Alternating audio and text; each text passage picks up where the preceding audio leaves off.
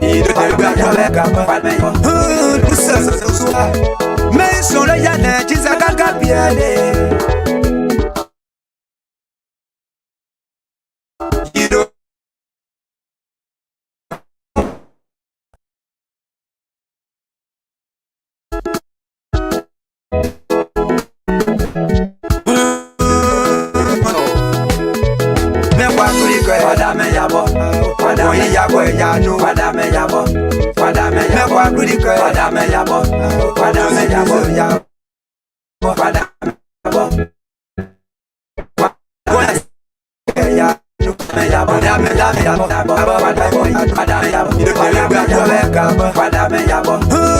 La douceur, ça mais sur le yann, tu sais qu'à pied. Jido comme ça. Ko Babylon, les goûts noirs, tu sais quoi y est. Pour nous, c'est Robert ou Togane. J'ai un chien comme il compte le chien comme c'est le babia comme peu. Un pas ou comme il y a qui comme pour que la sonne comme Papa Sada comme Achelo comme peu. Pour que il nous comme il y a ça comme yé pour le matin comme je connais comme peu. Non, je sais comme le bon je sais comme le bon je sais comme et je ne sais quoi bayo Yaki pomo Kesa meka yetanu Padame yabo Padame yabo Padame yabo Padame yabo Padame yabo Kono kwa kababa Voici c'est pas Bethlehem tu dis c'est gros Son yame il va que ça mais quoi que Padame yabo Padame yabo yanu Padame yabo Padame yabo quoi que Padame yabo Padame yabo Padame yabo Padame sage yanu Padame yabo son yame dame yabo Padame yabo yabo Padame yanu Padame yabo il te gagne avec un Padame yabo la douceur ça usuiba mais sur le yann tu sais qu'à pied. Jido comme ça. Ko Babylon, les goûts noirs, tu sais quoi y est. Pour nous, c'est Robert ou Togane. J'ai un chien comme il compte le chien comme c'est le babia comme peu. Un pas ou comme il y a qui comme pour que la sonne comme Papa Sada comme Achelo comme peu. Pour que il nous comme il y a ça comme yé pour le matin comme je connais comme peu. Non, je sais comme le bon je sais comme le bon je sais comme et je ne sais quoi bayo Yaki pomo Kesa meka yetanu Padame yabo Padame yabo Padame yabo Padame yabo Padame yabo Padame yabo Padame yabo Padame yabo Padame yabo Padame yabo Padame yabo Egusalu nekane soya ya konta esiye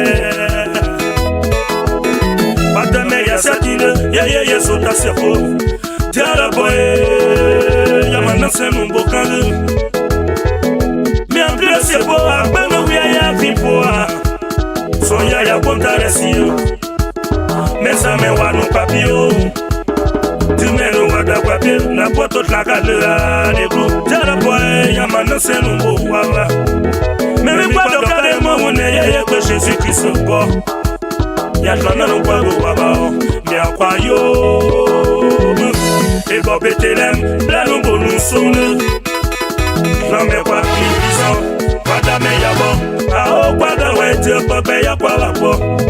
Waka wasa ne pleni diaru. Ni ba me kwa yo mu kare ase ne bonne se di ne ko. Mi ane de kusen ngo kan ye bonne o. Non mais kwa yo c'est ti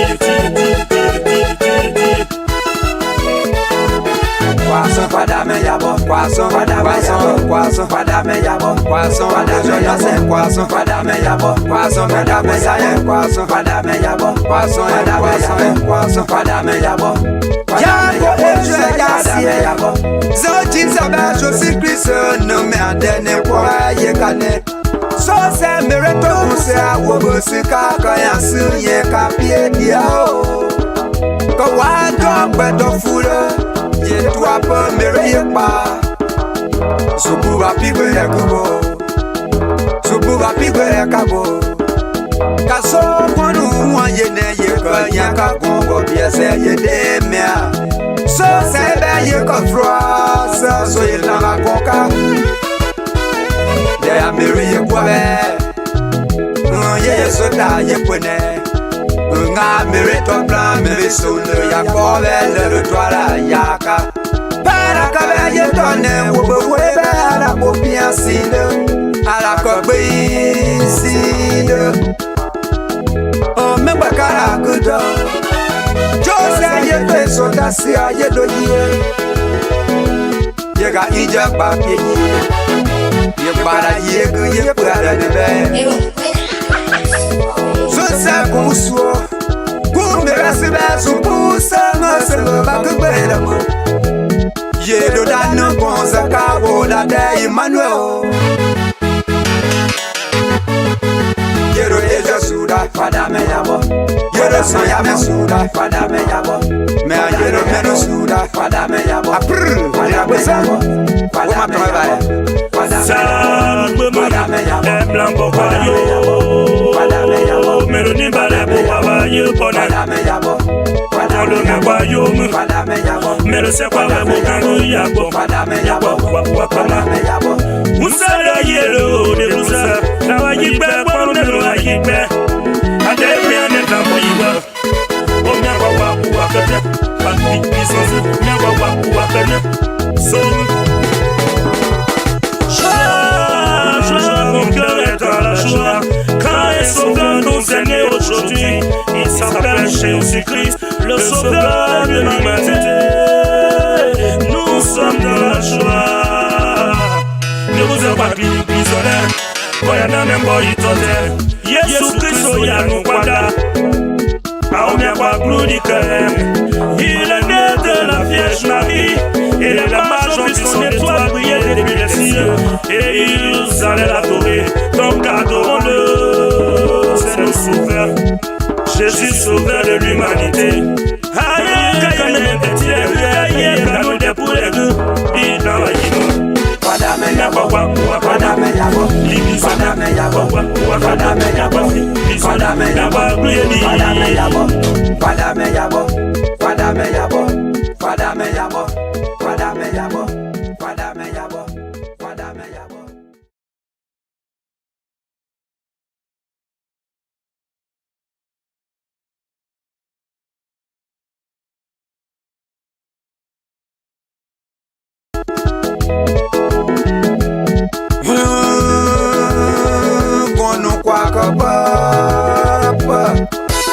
Pasisa kwa Bethlehem Judea seguro son yame ibaka so me kwa kuriko padame yabo padame yabo yanu padame yabo padame me kwa kuriko padame yabo padame yabo padame yabo padame sege yanu padame yabo son yame dame yabo padame yabo yabo padame yanu padame yabo ido teleba yabo padame yabo la douceur zaza usuiba mais sur le yane jizaka kapiede jido comme ça ko Babylone ne gunu ajiza koye ko kuza obe wo tokane ja o chien comme il gongo chien comme ça babi comme peu apa ou comme il y a qui comme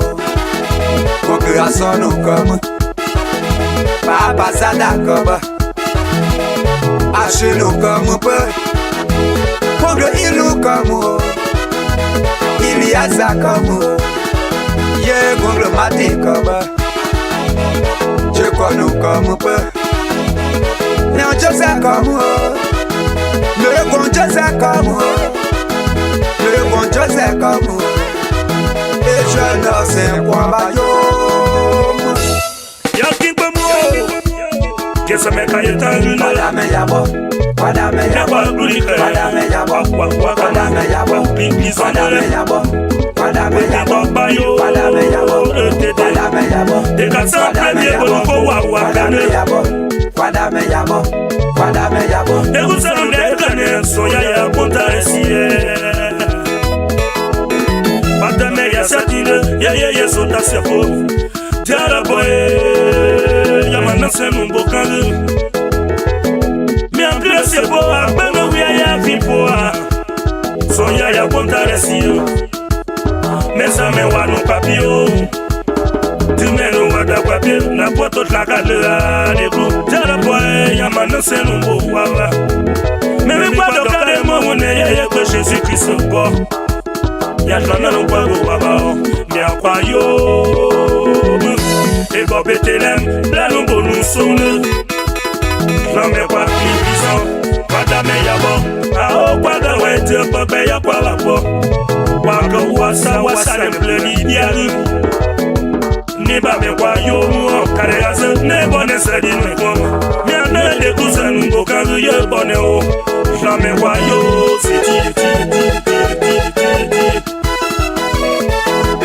Poisson, padame yabo, poisson, padame yabo, poisson, padame yabo, poisson, padame yabo, poisson, padame yabo, poisson, padame yabo, poisson, padame yabo, poisson, poisson, padame yabo. Yabo et yabo. Zoti sabe Jésus-Christ no me adene kwa yekane. So se mereto kuse awobo sika kayansu ye kapie diao. Ko wando gbedo furo. Ye toi pas mereye pa. Subu va pigwe kubo. Subu va pigwe kabo. Kaso kwanu wa ye ne ye ka nyaka gongo biese ye demia. So sebe ye ka frosa so ye langa konka. De mereye kwabe. Ye sota ye kwene. Nga mérite plan mais sonne ya kove le toile yaka para kabe ye tonne wo webe ala bo bien sinde ala kobe sinde o me bakara kudo Jose ye to sota si ye do ye ga ija papier ye para ye para de be Sosa kusuo Kumbera sibe supusa Maselo bakubera mo Yedo dano konza kabo da de Emmanuel Yedo eja suda Padame yabo Yedo soya me suda Padame yabo Me a yedo meno suda Padame yabo Aprr Padame yabo Padame yabo Padame yabo Blanco Meloni bale bo baba ye pone. Olo me kwa yo mu. Melo se kwa bo kanu ya bo. Wakana. Musala yelo de musa. Na wa yipe kwa no wa yipe. Ade mi ane tambo yiwa. O mi akwa wakata. Papi bisozu. Mi akwa wakana. So. Mon cœur est à la joie. Quand il sauve nos aînés aujourd'hui, il s'appelle Jésus-Christ, le sauveur de l'humanité. Nous sommes dans la joie. Ne vous en pas prisonniers. Voyons même pas y toter. Jésus-Christ, oh y'a nous kwada. Aomia kwa glou du cœur. Il est né de la Vierge Marie. Et les mages ont vu son étoile briller depuis les cieux. Et ils allaient l'adorer. Donc adorons-le. C'est le sauveur. Jésus sauveur de l'humanité. Aïe, quand même, petit aïe, quand nous dépouillons les deux. Il n'a pas dit non. Oh yes, good evening folks, and welcome this evening to the E-Tower program here on BKS Television, Relay on Voice of BKS in Butu Town, Nema County. My name is Junior Payne, and of course, as always, I'm here with Shadrach Tobe, the change agent, Afanso Wongbo the Booyah Boy. Tonight we're here to inform you about happenings around Liberia in District 5 Booyah and also in Nimba County. Again, folks, would like to say welcome to the show. As always, we take 10 minutes to play you some beautiful piece of songs from Liberia and also outside Liberia before we start the show here this evening. Again, Afanso, I'd like to say good evening and welcome to the show, Chief. Yeah, it's my pleasure, brother. It's my pleasure seeing Sadra whether he's now become change agent. Yeah, I'm really touched by that change agent. You know, the men are United Party men, we all know. No, all the United Party men are maintaining their position in the play. We know them. My man, even that man not support any party, the man will still survive. The man a career man, he get something to do. So yeah. So it's not like people who say the media can't don't be the Garrison who said after the 2023 election you are going to resign if George Weah win. From there on, they took him from where the mess are going to quote. My man to resign not something. No meaning the political rhetoric, but to resign that's something, brother. To resign position, you know, job in the country hard. Meaning to get that kind of portfolio and say I will resign. You know, it just takes somebody with courage and system to do that. Yeah, but established person already with courage and system, because you are systematic. Anything you say, you go by. Hey. But now a politician who can say one thing today, tomorrow they say another thing. They say they are more than bow. I'm telling you. Shout out, welcome to the Chief. Musa Belete say when a party don't win, he win the seat, you're not going the seat. The man the millionaire to tell you you're not consistent. You don't get. Thank you for bringing Musa's story up. We heard information that Musa said he was going to be giving, I don't know, 25% of his salary to the district people. I don't know how true is this. I don't know whether he's doing that now since he took over. But again, Shadrach, let's say good evening and welcome, Chief. Thank you, Gino.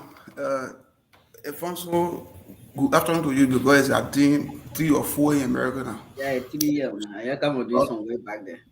I know. So Gino, what? I come doing some work back there, backyard, man. I was cutting my grass.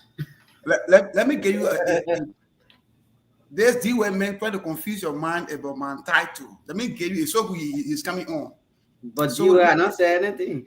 No. He yesterday said I'm not a change agent. Yeah, why you put change agent on? So let me tell you, the very first day I was traveling for the particular training when I was nominated by the Ministry of Education, he did when he took me to the airport. I got a picture, I'll post it. Yeah. He took me to the airport when I was traveling to Sweden. When I was nominated by the Ministry of Education to go. Shout out, you finish. Also, DK is doing something to us that we need to talk about. DK keep mobilizing all the Unity Party men to come here. Seriously, I agree with you. All those that can be coming here as Unity Party men. Even today, I see another Unity Party men in the back. British. The platform, no, I've been talking about so Unity Party people. So Unity Party men, we need different voices, man. We need CDC men here.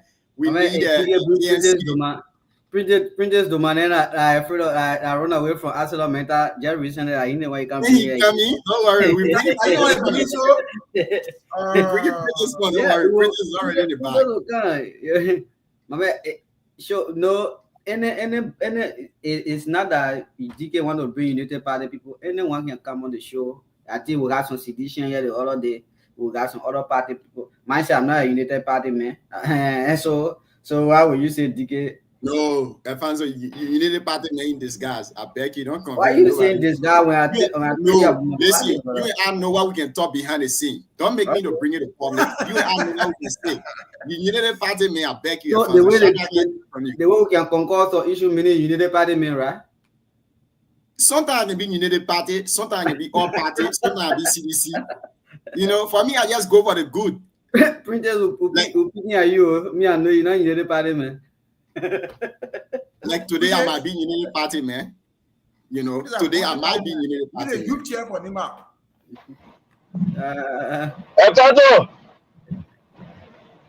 Welcome, D. Where D can be going every evening. Oh, man, they think hard to talk. Now, also, I can go pick up my daughter from daycare to home to this place. But yeah, I'll show you setting trap for the DNA around here. You're not setting trap? My man, the Union Party men are down to show the men how the field protest is on the show how they're attacking the other one. You come to the man when you rest in breath, Sima, we coming to him. Protest, what's up? Welcome No, but yeah, I said before we start the show, there's a protest against you. No, They say you always get all the time to the NDR people and deny the ANC, CNC, and CNC people. No. Thankfully, we got one Union Party man right now, so that he will tell her why Union Party did not feature a Kennedy in District 5. And they made our youth cheer for the county. Brings boss. Yeah, I think that Era who saying Era who get a complaint. Era is an MDR man, so how you can get complaint against your own party. I tell you, Era not just let me know. Oh, Shadrach, let's hear you. What's on your mind this evening? Welcome to the show. Before we go to Prentice and Eddie's Dennis. yeah, thank you, Junior. So we have not defined tonight's topic, which we are listening to you as a host to tell all why we're going to discuss, even though they are brought on one Union Party man. We will be asking you why they didn't feature Kennedy in District 5, and also what would the result of the last protest, how they call it, sponsored by him and other guys. So that gave him the main stage on that so he can respond to the issues that we are concerned about. Welcome to the show. My Reverend Melvin Osua, the ordained Reverend, who made some of us to be there today. Welcome, Reverend. Prentice, Becky, yeah, just go on your Facebook page and do us due diligence by sharing the show. We come and hit you hard. I know you can add a you hard member tonight. No, not only sharing the show. Go on your Facebook page, go on BKF page, and share. Invite all of us here. I don't know who have done that. When you go on BKF page, there's a place there called invite. You invite at least 1,000 of your people. Please get a lot of followers. Please do that for us.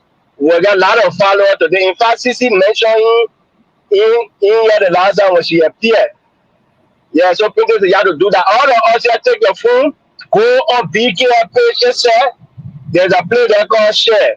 Anybody that have protests against John, we'll handle it today for our council to hear the show. I think I'm siding with people that have protests against John. Other than that, welcome Reverend Sua. I know the electors were able to settle the differences between all their sons in the election. I hope you will speak to that today. Other than that, I'm good, John. You guys can continue. It's true. You brought something very sensitive to our attention. We're not hearing Colonials Pokua Miami anymore. Something will not drop out. We don't know what is going on.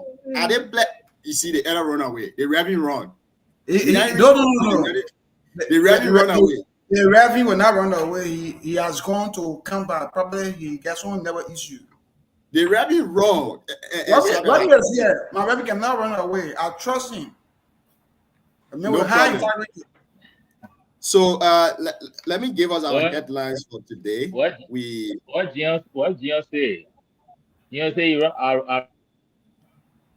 Now let me say, they say all the inner men back up from the race is supporting Augustus Mekwan. Let me say, now what the booyah people say. They say you're taught to something. They say you're taught to something to run away. You're taught to Colonials Pokua Miami to also run away. The era get bad network. We got Prentice here today. We will deal with Prentice with all of the information. His recent protest in Nema. We're going to ask him what prompted that protest and how far is the result of the protest and how he's handling the Unity Party youth wing in Nema County. But again, we will also be discussing the, let's say this is a big, boost for Liberia. The information we've been gathering today. This is the breaking news, by the way. I'm not a Unity Party man, but I support this other information. For over 40 years now, They say Liberia will start to import petroleum in the country. So what it means is that we will also be having a lot of, fuel, gasoline, all of these things in the country. Now we will not go short of it. And we are expecting that the prices of these things will drop hugely in Liberia pretty soon. According to this news from Spawn TV, it says they are expecting 7,000 metric tons in the coming days, like 1.9 million gallons of fuel in the coming days in Liberia. So we are expecting that at least a gasoline price will drop heavily in Liberia. Pretty soon I get a car that can be moving from one embassy to another. They will start enjoying the gasoline price in Liberia. DK where to who is expecting, trying to send 2 or 3 cars in Liberia. One will be used for a fancy campaign. One will be used for my graduation ceremony. And the other one will be used to be patrolling Ivory Coast in Liberia. At least we will not be buying gas that heavy again. And Ellis Dennis, who is preparing to go Liberia on Friday to campaign for Koto Kwagru, he might also, use that to campaign. Mama, you just married, you want to go Liberia? Your honeymoon, you don't go nowhere yet.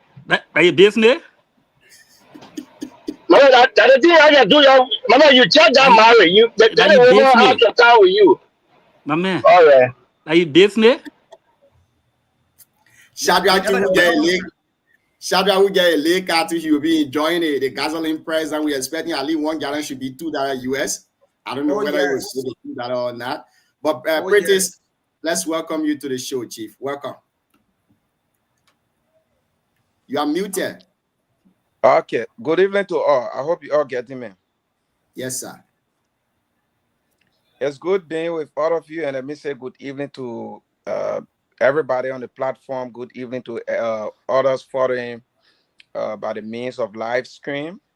And I also understand that this broadcast is being aired by Radio BKS. I know a couple of times I've been interviewed via mobile phone on Radio BKS. I hope to make my debut in-person appearance there one day. And it's been good. It's good talking to everybody, most especially our citizens back home this evening. And I trust that our conversation will be more of a nationalistic one and beyond party sentiment and other things, because I'm a bona fide and full-fledged UPist.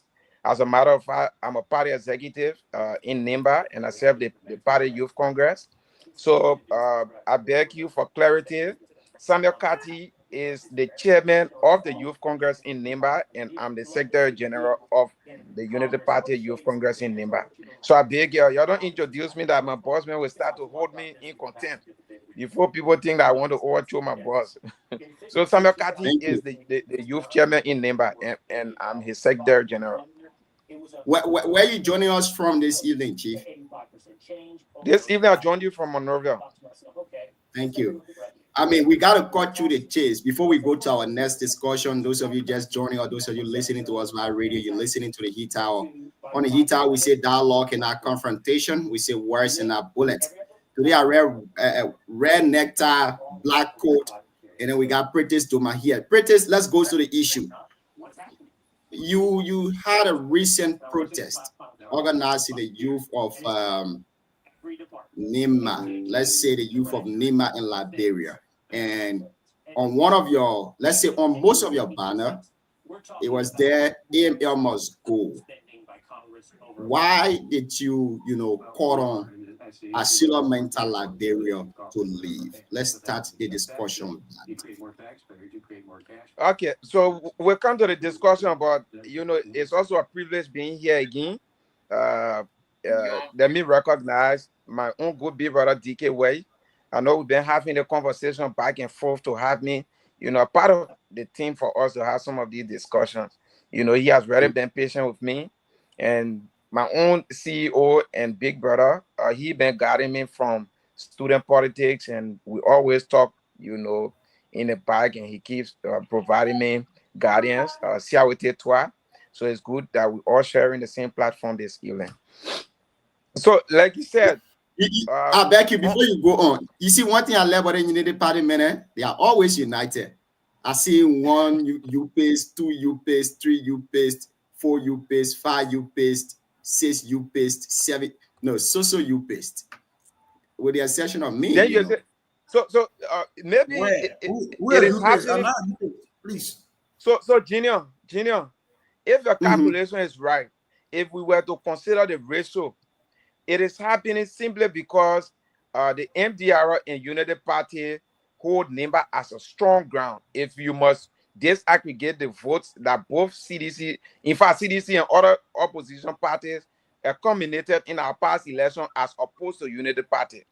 So certainly when it comes to platforms that you have NIMBAians on, you're certainly going to have more people who are pro regime, either with the Unity Party of it or its alliance members. So it is not happening by accident or by means of, you marginalizing other people. They also understand if this was a platform, of the Southeast, you're going to certainly have more people from the CDC and other alliance or solidarity forces of the CDC, because that Yeah, region is man, considered the we stronghold. need different voices, but we need different voices on here. I can't be the Yeah, only but neutral. however, the Just trying to conversation, join me, the you know. conversations here that I've been following, they are beyond party sentiment and Yeah, national definitely, interest is the foundation. So that's the definitely. good thing about it. Yeah, let's go to this team. I want to ask you the question now. Whether people say they can eat 2080, but let's start firstly with why did you think that ASEA Lamenta should go? Okay, so I remember my days in high school at the Ganta United Methodist School in Ganta. We had, that was around 2014, 2015. We had the Concerned Nimbayan, and that was the most forceful pressure group at the time in our country. And Concerned Nimbayan exposed some of us to, the issues of, neglect of corporate social responsibilities on the part of ASEA Lamenta, and, the company failure to adhere to several terms agreed within the Mineral Development Agreement. There were several protest actions. Nimbaans who were leading the process, they were jailed. I remember one of these protests seeing one of our former lawmakers, the former representative of District 2, Honorable Prince Tokpa. He was one of those arrested by state security. Then the president at the time, Madam Sedif, the government, they all came in. They were angry with protesters. There were hard decisions taken as to how damages caused were going to, be repaired. And part of it was to take some of NIMBA county and social development funds to do that. Even though our leaders at the time, including our current vice president at the time, he was then representative of District 1. The caucus in its majority at the time presented a reservation to that decision that was taken by the executive. Fast forward, so many years have gone by. MITA has celebrated over 20 years of existence and its operation in NIMBA. And not much can be shown to account for what the company should do through its corporate responsibilities and even agreements, that are legally binding on the company as per the Mineral Development Agreement. So we've been, over the past time from my high school days up to the time I was with the Union of NIMBA University and College Student Association. I remember 2021, there was a joint stakeholder and citizen position statements from NIMBA. We had the Daughters of the Mountain, we had UNICO, we had the Union of NIMBA University and College Student Association, UNUSA, we had the NIMBA Education Guide, the Civil Society, the disabled, folks from diverse backgrounds. Perhaps after this, I can share that resolution that we shared with the 54th legislature, the Committee on Claims and Petition, raising issues of concern over the company's corporate, in fact, deliberate neglect of corporate social responsibilities and other terms, as mandated by the Mineral Development Agreement. All these years of struggle, MITA has failed to do any other thing. Mita bigger achievement has been, is big PR machinery. So Mita, you will see all of Mita effort. They spend a lot on the media and to get good PR out there. So quite recently, we decided to get the debate resurfaced, and somebody will ask, why all these years and now you still want to get the debate resurfaced? The voice that I had back in high school is not the same voice and visibility that I have now.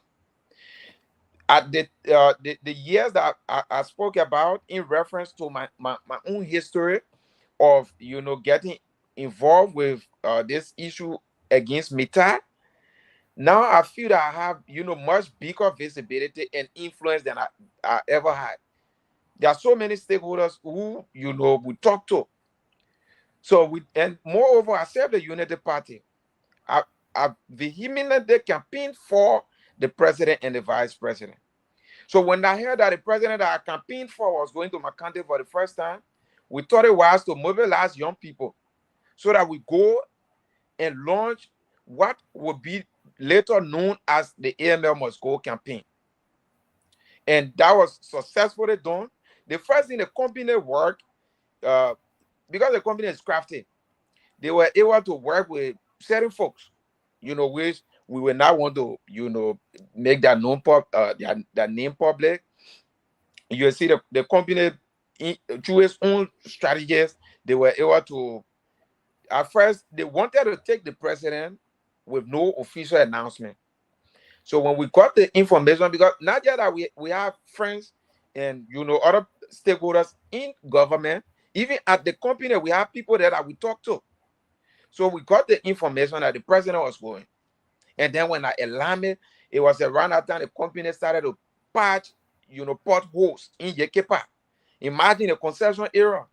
The president is going and the company is patching potholes. They're sending coded to Yekepa corridor. They have air moving equipment along that path. And they're trying to make everything seem as though, they're doing a lot. So what we started doing was to get videos and pictures of all these quick fix interventions. And by the help of the social media, we were able to flag it. And we initiated the debate about the ASLA Mita Must Go, which we cited reasons. And the reasons today, I must say thanks to the Liberian Senate. The discussion, if somebody must ask how far the discussion has gone, it is before, it has become a big national discourse now. The Senate has, prompted into this. Not just that the company is not contributing to the development of our country, the company is not prioritizing and respecting the labor force of our country, not just the county. So in a recent appearance of the CSA boss, he admitted before the Liberian Senate that ASLA Mita alone has over 3,000 Indians doing work that Liberians should be doing. And before that's starting revelation by the CSA boss, I have done my own independent background check. Somewhere early this year, around February to March, at the time, Mita just brought in 35 Napadis to become field clerk. And maybe somebody listening won't know who they call field clerk and what work they do. They're just somebody that will sit on, a vehicle or truck or whatever, and they take record on the petroleum product taken from one point to another. Something that even high school students can do in this country. Mita brought people, not just that they brought the people, those people they brought, they got no expertise. They brought them for 6 months. The Liberians on the job were training them. They're lodging them at Jackie. They're lodging them at Avino. So we started following some of these issues, and the public saw it very convenient to join us. Then the company normally has its playbook. When they see a strong voice, coming up in the community, they come after you. So that very first strategy is to come after you with cash and sometimes offer of job. So I remember the first night, at the time now, it was agreed on that the president was going on June 6th. So when we announced that we're going to be there to protest, they used somebody from the community service division of the company, and the person called me somewhere around 12 midnight. The person said to me, "Look, John, bro, they think we can sort it out together. But where are you?" I said, "I'm in Monrovia. I handle a few things, and he said, but want to see you." That very night, once I dropped the line with the person, I called two persons. I called Rede Guambe of Voice of Compa. I called Elitian, a major civil society actor. Because I didn't want to please really do us go justice? to Can you allies put us in the justice political before the space because person? there are competing interests there. And my only interest was to expose the company like now we have, let it become a national discussion. At least let people see that the PR Mita been paying for, it is nothing. And they're not doing anything. And Mita has not been able to, defend itself. I said, this is it. The company is calling me. But they're saying I should go, we talk.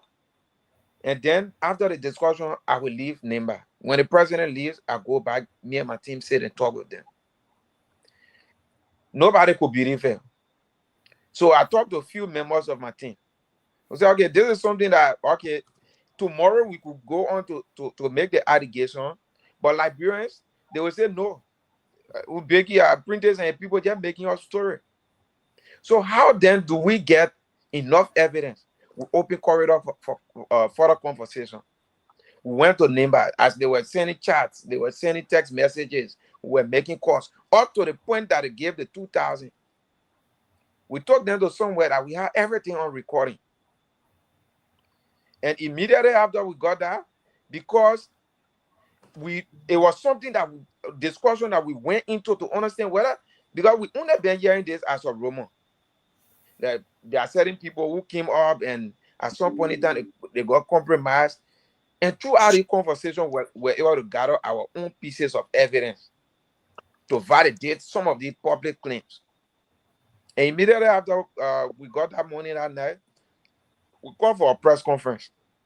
Nobody went to do independent investigation to establish that, we did that, or self-conversation or interaction went on. I personally called for a press conference around 11 p.m. and we informed the public. So how far we are with the AML Must Go campaign, it has become a national discussion. If you follow the Senate, you come to understand what I'm talking about. Now, thank you. Prentice, are you there? Prentice. Yes, I'm here. You went off camera, that's why. I'm here. Okay, great. Now, the reason why we want to know the status of this thing is since your protest recently, the Asila Mental have been doing some pretty good jobs in the county. Recently, we've been seeing they've opened a vacation job for university and high school students. They've also had this scholarship team ongoing. But again, when you had the press conference that day, you refused to mention the person name. I mean, the person who gave you the 2,000 United States dollars. Why?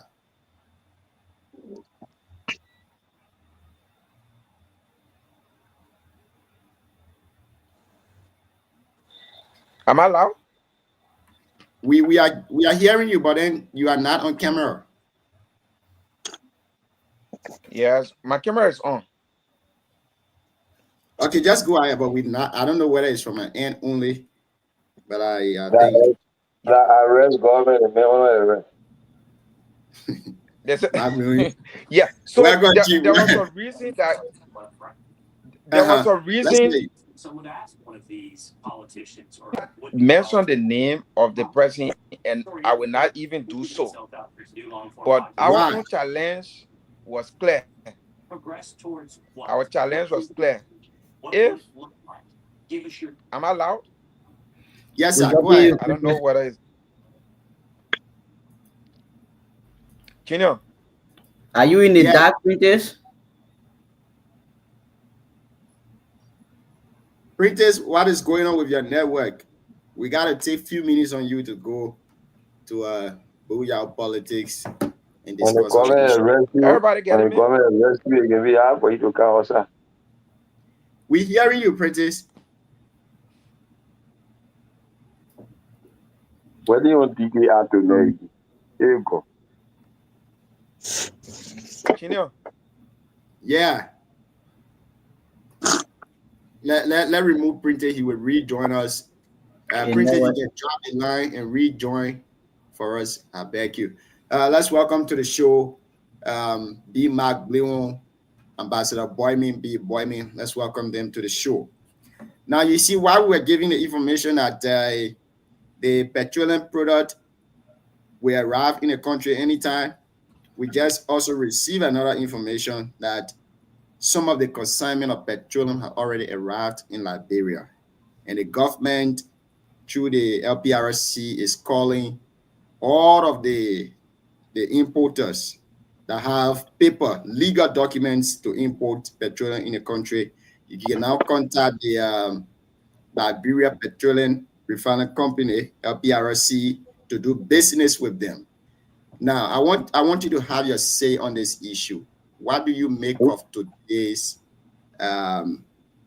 launch? What do you make of the new? Because everybody's saying after 40 years. For me, I don't know the history of that. I don't know whether it's 40 years or 45 years or When 10 you years. don't want me business with them, you fool. Mike, I beg you, we'll come to you. So what do you think of this? How is it going to help Liberia and Liberians? Do you think gasoline price in Liberia will drop anytime soon? Because since the government came in power, we've been seeing increase of recent. Just I think some part of this month or last month, we saw 0.5 cent added to gas price in Liberia. Shadrach, you can admit to that. But now that the government of Liberia has started importing, according to the news, it says 40 years, almost 40 years now. We've not been importing gasoline in Liberia. Now that we are importing for ourselves, what are we going to see? Petroleum price in Liberia, is it going to reduce or are we going to stay at the same level? Are we going to increase? Alfonso, let me hear you on this. When Prentice come on, we can bring him back to conclude with him shortly, then we go to Booyah. Thank you very much. Welcome to all of our senior brothers here. Let's just say on record that the price of gasoline after the coming to being of this government has, dropped. When you say I've been increasing, let's just say it dropped, but quite recently they just add some cent because of the crisis, in this place, in the Arab country. But again, like Amos Stewart, when I follow the interview with Amos Stewart, he said that I just want to find out. I know they brought a few for sale, or they brought it for the yellow machine are coming. Please wait. For sale. This way, you're supposed to follow the interview. People follow the news too now. The managing director said they are not going to sell the gasoline, by retail. They're doing it for those who actually doing petroleum business in Liberia, at least to find it easy to get it for them, and then start selling it around the country. More beside the one for the country, not to go out of the issue of gasoline that the way we've been having it in the past. So I think it's a good idea, but they are coming to being with gasoline and fuel. It's a good thing though. I know they want to have press control over that, because if you are a private company and you come in with your gasoline and the government is saying our gasoline is, for instance, let's say $4, and you say you want your own $4.50, then the public will think, the public will be thinking on that, who will go for the $4.50, who will go for this. So if you buy your gasoline from LPRC very cheap and go sell it $4, and somebody who is buying it from Russia or whatsoever and bringing it to sell it $4.50, I don't know who you go to. So I think we'll have competition in the business now. It will be a good thing, yeah. Shadrach, over to you. Let's hear you on this shortly. Sorry, did make it kind of open your gas station. My big man. No, it's a good thing for our country. For the past years, we been around here. We experienced fluctuation of prices petroleum products. So, for the government taking the initiative to import petroleum in the country, I believe it will reduce prices and there will be enough adequate products in the country. We won't go out of no petroleum easily. Like it happened with past government that up to the country was shut down. People couldn't move around because of petroleum shortage in the market. So I think it's a prospect so that we all embrace it, but we will see the outcome after a few weeks or a few months in the country when the government start releasing their product out to importers. Because mind you, importers have had their own adequate way of increasing price using adequate prices around the world. So when government is bringing the country, they have control of the prices and they know how to bring in it. And then increase whatsoever that will affect the citizen, they will think of it and bring it down for at least to make it affordable. Let me put it that way. So it's a good thing for me. Thank you. Thank you, Shadrach. I beg you guys, let's hold you on this and let's conclude with Prentice. Then we can come back to our regular discussion if this meets your consensus. Yesterday, they carried protest against me, so I beg you, this time around, I want to be extra careful. Prentice, welcome back. Yeah, I understand you are asking that why I refuse to name the person who brought the offer. Mm-hmm. Yeah. So one of the things that we don't want to do is to undermine our own advocacy. So if we cry against, Prentice, I'm coming. Do you refer to that as undermining someone or as being corrupt? Yeah, so I'm coming. I will get to every other question thereafter. So one of the things that we don't want is to undermine or contradict what we're pushing for.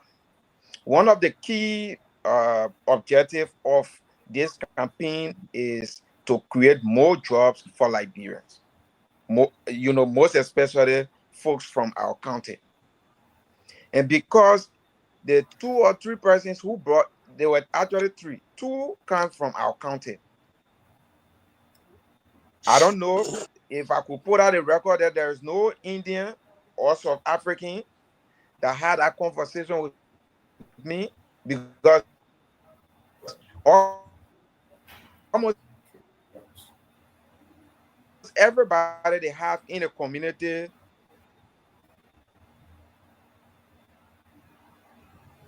in higher management or top level in senior management would sit there and send the Nimbayans.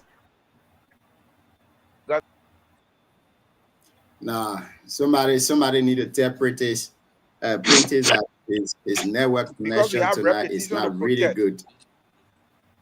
Because we have repetition to protect.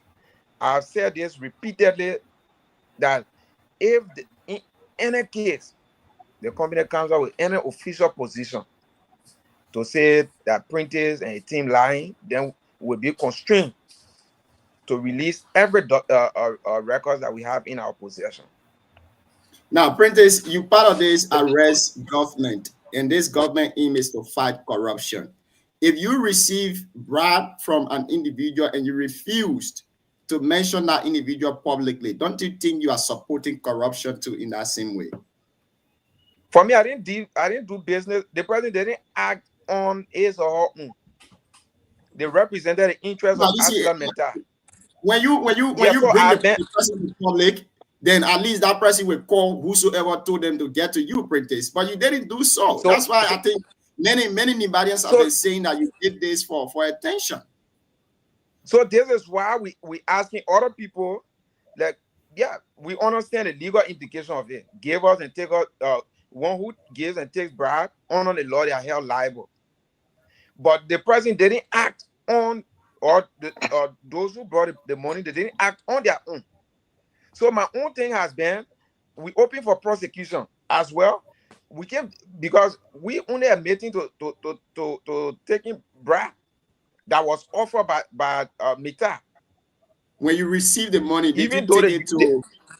Did you, when you receive the money, did you take it to the authority in charge of these things?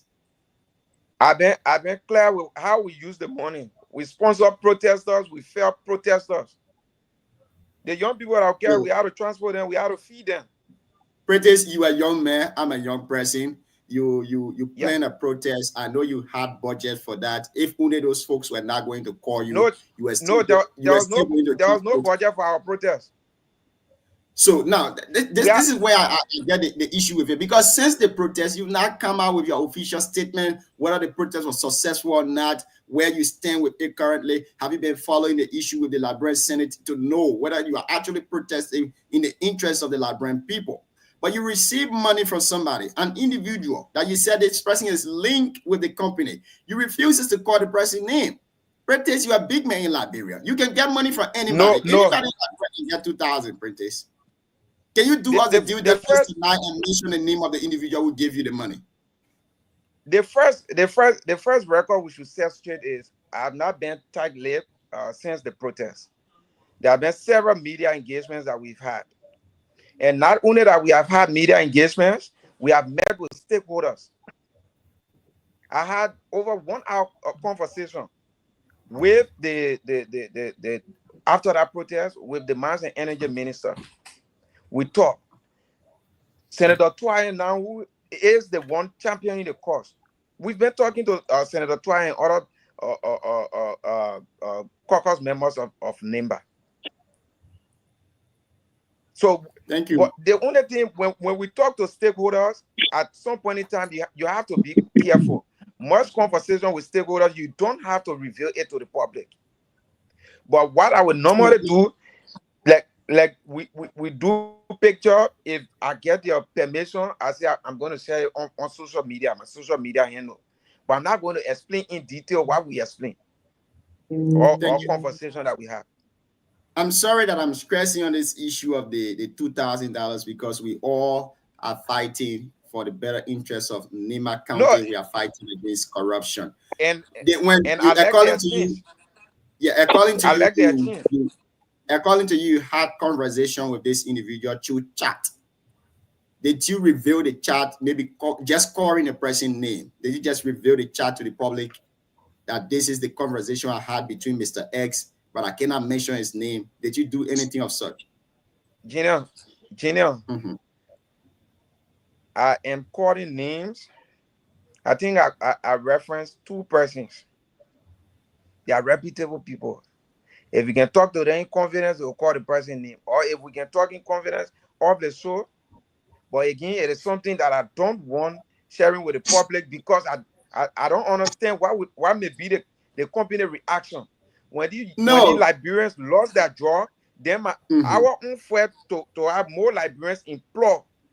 It is now getting Liberians off job. Then we undermine the entire essence of our own advocacy. So do you think that when you mention the person's name, the company will sack them? Do you think so? So because I'm not acquainted with the company policy, that's why I'm very careful. In advocacy, not all of the information you display to the public, maybe unless where I am constrained to do so. But this one is okay. Let me hold you there. Bobby Wanty, welcome. Efanso Wungo, do you have questions for Prentice? If you can ask him. And that's why we have challenged the company over and over to deny the claim. Let's go to the rest of the panelists to ask you their questions. Prentice, let's go to the rest of the panelists to ask you their question. Efanso, please, one question to Prentice and rest of the panelists, then we can go to the next issue. Efanso, you are muted. I was saying thank you for appearing on the show, Prentice. I follow your protests and all of your statements made previously before the protest. But I have some questions for you, like when you were planning the protest, did you have anyone from the county administration supporting you? Come again? The protest you have, anyone from the county administration or the caucus, was there anybody from there supporting you? What sort of support? Financial support, political support, any other support you think of? So I think the caucus official position on the issue was it strengthened us because that we consider that a statement of solidarity, and we count on it as moral support. But for financial support, there was no official of the county, be it in the caucus or the county authority, that gave us financial support. But all of the issues that we raised, even on that day of the protest, we met with the caucus and the county administration right in Sandy Code, in the superintendent compound, and we had the presence of media. Not a single concern that we raised. How easy is that? Thank you, Pritesh. I asked a question to do a follow-up question. They are turning over to Sandra. I know your internet is not good. So, Pritesh? From that perspective, Can everyone mute because there's a radio playing at the back of somebody? Yeah, let everybody mute, please. Let everybody mute. Let's see where the sound coming from. Printers, I asked a question to do a follow-up question on this because each time. Yeah, so there was no financial support from any official of our country. Yeah, no financial support, no political support. I know that. You have a protest and your demand where ArcelorMittal should go, and the next thing was that you wanted to meet the president in person and share some of the view you have with the president. Did you actually, meet with the president? Printers? Okay, Never is not doing your justice, though. I think when printers come, we would just try to but anyway, Sandra, we hear on printers he's gone. They never carry him, but we're on something like as I call it. I think you talk about the petroleum issue. So I want to go to Siawete. We just grabbing it because we wait for printers. The time will not be in our favor. So let's see Siawete. The government is now importing petroleum products in the country.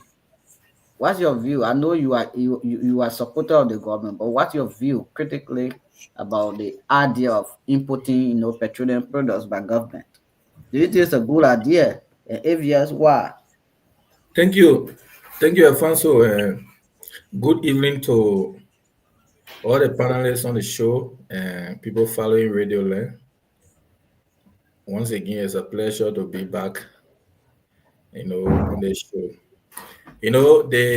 The issue of governance, it has to do with everyone as a citizen.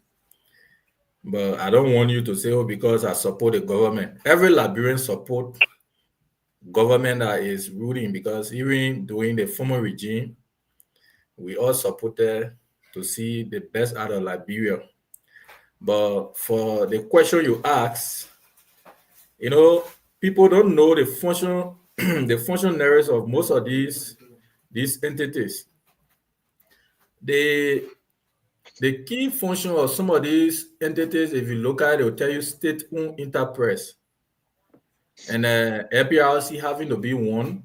I think under this regime, they are trying to bring something new that are not happening within 40 years.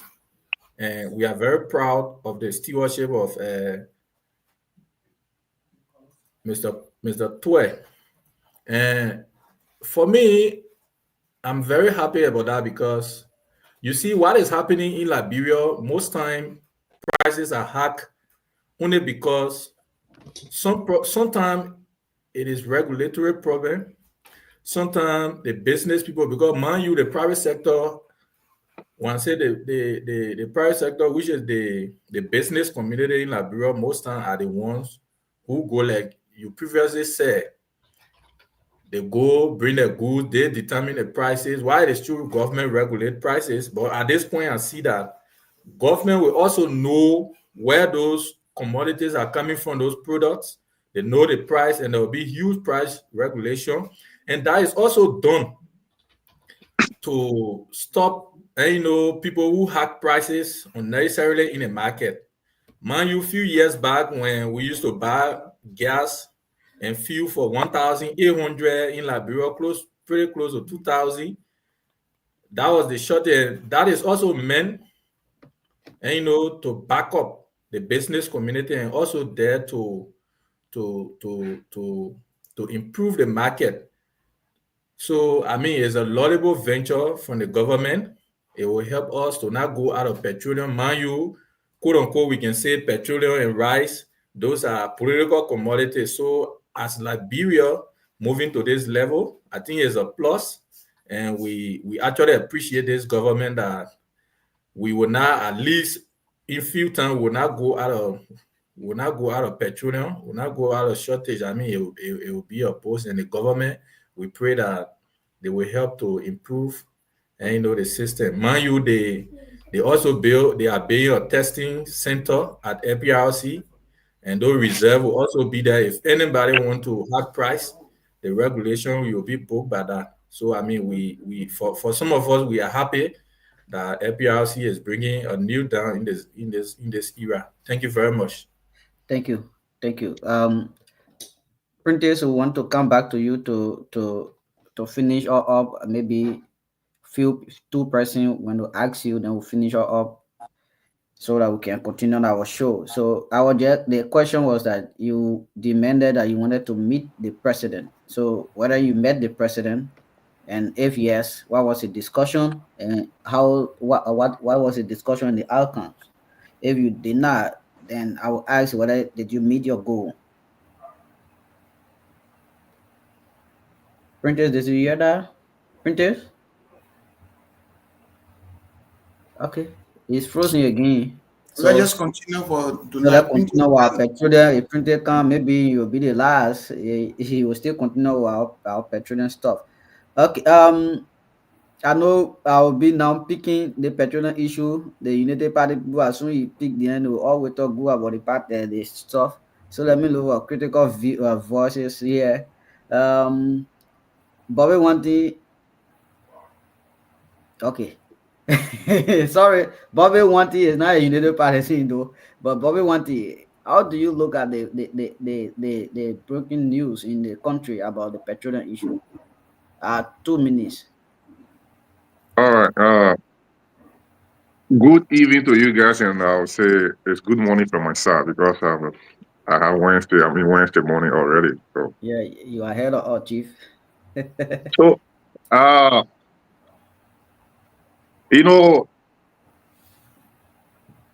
found so when Liberia go wrong,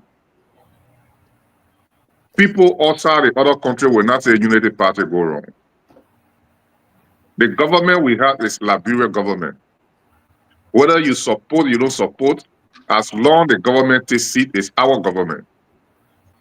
Every Liberian support any government in power. So for me, I will be honest with this view. I applaud the government for this decision. Not denigrating the past government, but it was the circumstances and the situation the past government found itself in at that time. It was a very disgraceful thing to the Republic of Liberia at that time, when we see almost 200 tankers driving from Sierra Leone to Liberia. That was very, very disgraceful. We all live in the south bank of the river, but we go short of our own and we drive to other people's country to get some to bring it here. And they charge us exorbitant for that tanker to come in. Even hiring one of the trucks to go there, that was something that the money we were taking to put it into our brother and sister were on the street that have no means of surviving. But we take it, we give it to one group of company that just for the truck to go to Sierra Leone and bring something for us. But for the government to sit down and take this decision, for Liberia to bring their own petrol to start selling gas on their own. I mean, it brings fight in the market. It brings a good fight in the market. It makes the private business people to compete with the government. If the government, believe me or not, if I'm bringing petrol in Liberia and the government does not have their own will to sell their own petrol, whatever price I bring, the government is forced to accept. Even if they are not forced, they will negotiate with me so we can meet somewhere. But at this present movement, the government have their own thing, I have mine. So I will be forced to agree with the government, because if the government is selling for $4, before I was selling for $4.75. So I will try to drop down to $4.25. Our commoner have the saving at least 25 cents there. Remember, our source of income in Liberia, majority of us is motorbike. The people in Mutuo, they use motorbike. So gas is very important to Liberians. I appreciate the government for that. Thank you. Thank you very much. You know, I want to work in town. That's why. Thank you for your point. It really touched me when you talk about the gas. I mean, the motorbike rather in Mutuo. I hope their gasoline price drop. P. Maglumo, please come on the show. One of the opposition here, CMC man. Please come on the show, B. Maglumo, and give all your takes about the development or the developing story in Liberia about the. They just fighting because the gas will not be selling that much again. Like, why you want to do that? When they make a talk for long, don't keep my revenue too long. People they make let B. Maglumo speak. I'll give you 2 minutes. I'll be checking it over here. Maglumo, please speak in 2 minutes. I mean, you know that all on the show, I'm the most tested candidate and most tested young man. Who put money to the race that we will not hear again? If you want to say a very big welcome to all of the panelists, and we are grateful for the news that hit Liberia today. Actually, little did we know that it was a Kwasa LPRC that have been selling to the Liberian people and also having a managing director over the past decade. We want to appreciate Emotwe for the both step. We are just have some concern, but it's not political. I know when I wrote it today, my liberal came on here with long paragraph. So I came in with my simple and said, we want making you fair, can you explain it long, and everybody share love at me today. You know, sometimes the step we take, there are so many things involved. They are good, but sometimes look for the average effect, whether it's positive or it will be negative. Go average effect. Most of the things is positive, it's sometimes negative. But it is best understood that the business will be done squarely by LPRC. The business people you see the fault of creating a cartel. And when the cartel is created, it sometimes affects the common people. So if it will be regular, where if they bring about 2 to 3 million, and subsequent time, we see that the 2 to 3 million something dropping from there, like it going down, 1 million gallon gone, then you try to replace it. But all of you who are away, what I can tell you today is that the business in Liberia is all based on credit basis. They all based on credit basis. So the managing director need to put a feet to the ground. That those that you will be giving goods to, they will be able to regularly pay their arrears with government, so that it cannot affect the good ideas that they have brought. Because I saw the people cleaning up the LPRC in Canton, so that there can be means for them to be able to bring in some of the fuel to put in there. So that was just our point. Because if those who you trying to stop from the business, if you will be able to compete with them, because they also able to honor my government. They can talk to their partners there. So the government say they want to sell for $3. Okay, give our fuel to us. We will sell it for $2. We just sell on a commission basis. If they say they sell it for commission, if they can come and destabilize the government, it becomes a laughter. So we all just need to be careful on what we do. And moreover, The revenue that we are generating today are coming from private sectors and corporations. So if what we are about to do, it will yield result that those who will also be coming, they will be able to drop down their quantity of fuel or gasoline that they bring in the country, and then the revenue we're supposed to generate so that we can be able to pay salary with 85% or and carry on development with 15% or it will help us in the process. Then we look at it, because before you make decision, you got to put all of our hands on this and ensure that the decision that we are taking critically, it will help us, or the decision that we are.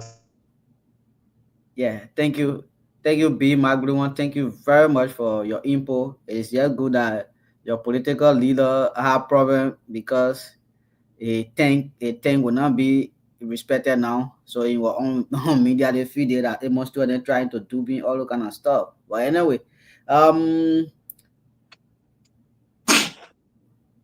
Opa Melvin Shua. Banana Melvin O Suana. Revin, people, Revin there, please. That was it, Revin. Revin, please. Let get your takes on this. I give you. Alfonso always getting problem with me though. So I think I will reach out to Alfonso here in Minnesota and let him see me. But it's a beautiful thing to be here, and thank God for the discussion. Nobody in Liberia, outside of Liberia, will not be happy for the news today about gasoline, the government having control over the gasoline, because we know that many of the shortages that happened in the country in the past are all been artificial because business people want to hike the price of gasoline. But with the government having control over her own sale of gasoline, I think there will be some competition, like Bobby and Mark and other people have said. Gasoline, the sale of gasoline will not be everywhere in Liberia. I can remember, I think 2-3 years back when I was in Liberia, we had to sleep outside looking for gas here and there. So it's very welcoming, and I just want to say thank God. We hope that it will be sustainable and it will be maintained. Thank you very much. I hope it will be sustainable and maintained. Ambassador Balmain, B. Balmain. Balmain, please, I know you are a sedition. Please, let's have your take on this. You know, our man, they have been accusing us, so you need the party manager. Man, you may error to speak. For somebody want to speak before me? Please, go ahead. I'll give you the time. Go ahead, Bobby. For clarification, I'm not sedition. I'm not endorsed to any political institutions in the Republic of Liberia. I'm a critic. I'll give you 1 minute, 30 seconds. Let's go ahead. Yeah, I'm a critic. I'm a voice of the voiceless. Project something that will benefit society. Somebody might say, oh, why this guy want to take this thing to 400 BC? Back then, people said, let the private sector control the government or the institution. And then the other group of people say, no, let the government control the institution, meaning the ordinary citizen. So now, when I heard the shocking news, I thought about private sector versus government. And in my own opinion as a person, what I project is who's going to win. Because now, like you talk about stability, who's going to win? Is the government have money to compete with the private sector, or is this political manipulation as usual? Like when the elections is tanking and political institution try to morale themselves with the ordinary citizens so that they can hide, those political glorification. I don't praise people unless I see manifestation. That's me. That's my personality. So I'm not critic of any government or any institution, but I project the idea that we speak volume for the future of the people. So when I look at the government talking about gasoline being ventilated through the government sector, I question the credibility and the resources of all the sustainability of the government to maintain this thing. This thing is it political? Like my brother Siawete tried to moralize his government. Yes, it's good, but the 5 years is how long? So I would not come here to say, oh, the government of Liberia has done well. No, I want to see it for myself. I want to be the witness of the people who are going to benefit from this before I come out to praise the government. I'm not here to praise anybody unless I see the manifestation. So for me, for now, I see it to be like political morale. I see it to be like the same old thing. They are not ready unless Bowman, me hold you there, Bowman. Bowman, we're talking about over 2 million gallons of gasoline just entered the country today, and LPRC. Alfonso, it doesn't matter. 2 million gasoline. Listen. 2 million gasoline cannot be sold in Liberia for even 2 weeks. It will finish. My man, I'm not carried by figure. I'm carried about the sustainability. That's me. That's me. All right. I not carried by figure. I would never come here to give. Okay, I get your point. Eda, let's give you 1 minute. 30 seconds. You got your view on this. Then from there, we'll go to Ato, by the way, welcome to the show. Okay, so thank you, Alfonso. On the issue of... Oh, I thought you said Ato. No, I'll just welcome you, but I'm giving it to Eda, though. Oh, Thank you. Okay. Hello, go ahead. Thank you. Sorry. On the issue of the gasoline, I think the government did extremely well. They did not wait for gasoline to go off the market before bringing in another one. I think we have had these issues in the past where there was no gasoline, and then they started going up and down trying to get something back. And then I think that when these truck came from Sierra Leone, I think somebody talked about the price earlier. There is no way that the price of gasoline will go like how we expected. I remember when I came to this country, gasoline was around 85 cents because they had grades. The higher grade was somewhere around $1, but now they are somewhere around $4, $3.75, and into other places. And the government to set it to other people, I think they should set up a price control. They will not go and get it for something cheaper and come and exploit the buyers. The reason they brought this gasoline is to make life easier for the population, not for somebody to make millions of dollars out of it. And I look at it like the government we have right now is a responsible government. That's why sometimes it's good to vote the people who knows the issue, who knows the needs of the population. The government is doing well. I think there are more to come. There are more to come. And to make one clarification, I am not a supporter for any party in Liberia. I support an individual when I will go on your page and see what you stand for. I will talk to you, and then we will pick up from there. I am not a member of UP, MDR, or UP or CDC. So please, I only support an individual, depending on what they can offer the people. Thank you. Thank you very much. Maglu, when you hear that, you have to put Google stuff on your page so the women can follow you. Thank you very much for that. Let's get to you. Jimmy, so Jim, I never concluded and the local call coming, most ministers don't get married no time. Don't get married no time. Don't get married no time. Yeah, I thought welcome to the show. Let me hear from you. I know you've been following the show about Okay, I thought you go ahead, Freeport director.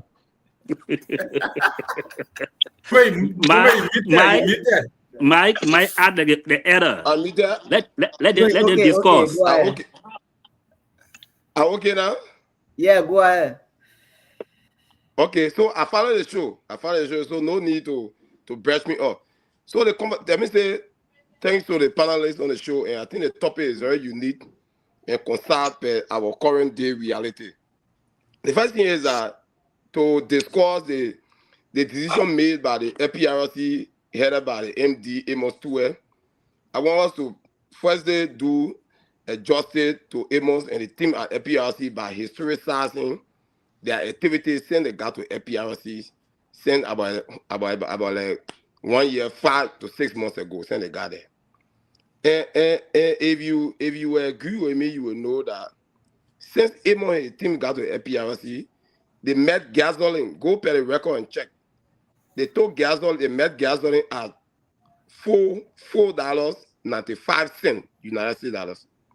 $4.95, and they managed to control it to bring it down. Currently, gasoline now is $4.18, $4.19 in Monrovia. So you see the disparity from $4.95 to $4.18, $4.19 in Monrovia, and they have controlled it. Almost going to 2 years, they have controlled it, making Liberia gasoline price to be one of the cheapest in the sub-region. It means the guys at APRC headed by Amos Tue, they are doing a very significant job and they are doing well. And the singular about business people, mostly in the petroleum sector, is that one of those days where people will create what we call the artificial shortage, where the guys will keep the gasoline in their tank and say there is no gas in the country, that will allow government in the past to go to Sierra Leone, as somebody referenced, to go to Sierra Leone through Aminata to bring a low tanker with convoy police escort coming to Monrovia. I hate to say that we got president or we are fighting war, that army is coming to Liberia and the people happy. He's just telling us that those days are gone. The second thing is that I want to make quickly is that do APRC honor the law, honor the act that created APRC? Do they have the right to import gasoline and sell it and sell it to gas importer, so gas importer can interact with people who selling gasoline at a various point? Yes, the law calls for that. The law it was implemented since 40 years ago. Since 40 years ago, there is the first time for APRC to import our own gasoline, and the act that created APRC calls for that. So what Amos did to import the 10,000 metric tons of gasoline is lawful because the act calls for that. Sustainability, yes. There are signs that there will be sustainability. So what's going to happen now is that, because he explained it, he said the Ganta reserve will be filled and will be opening another reserve in Buchanan to supply supply Sano River G and River CS.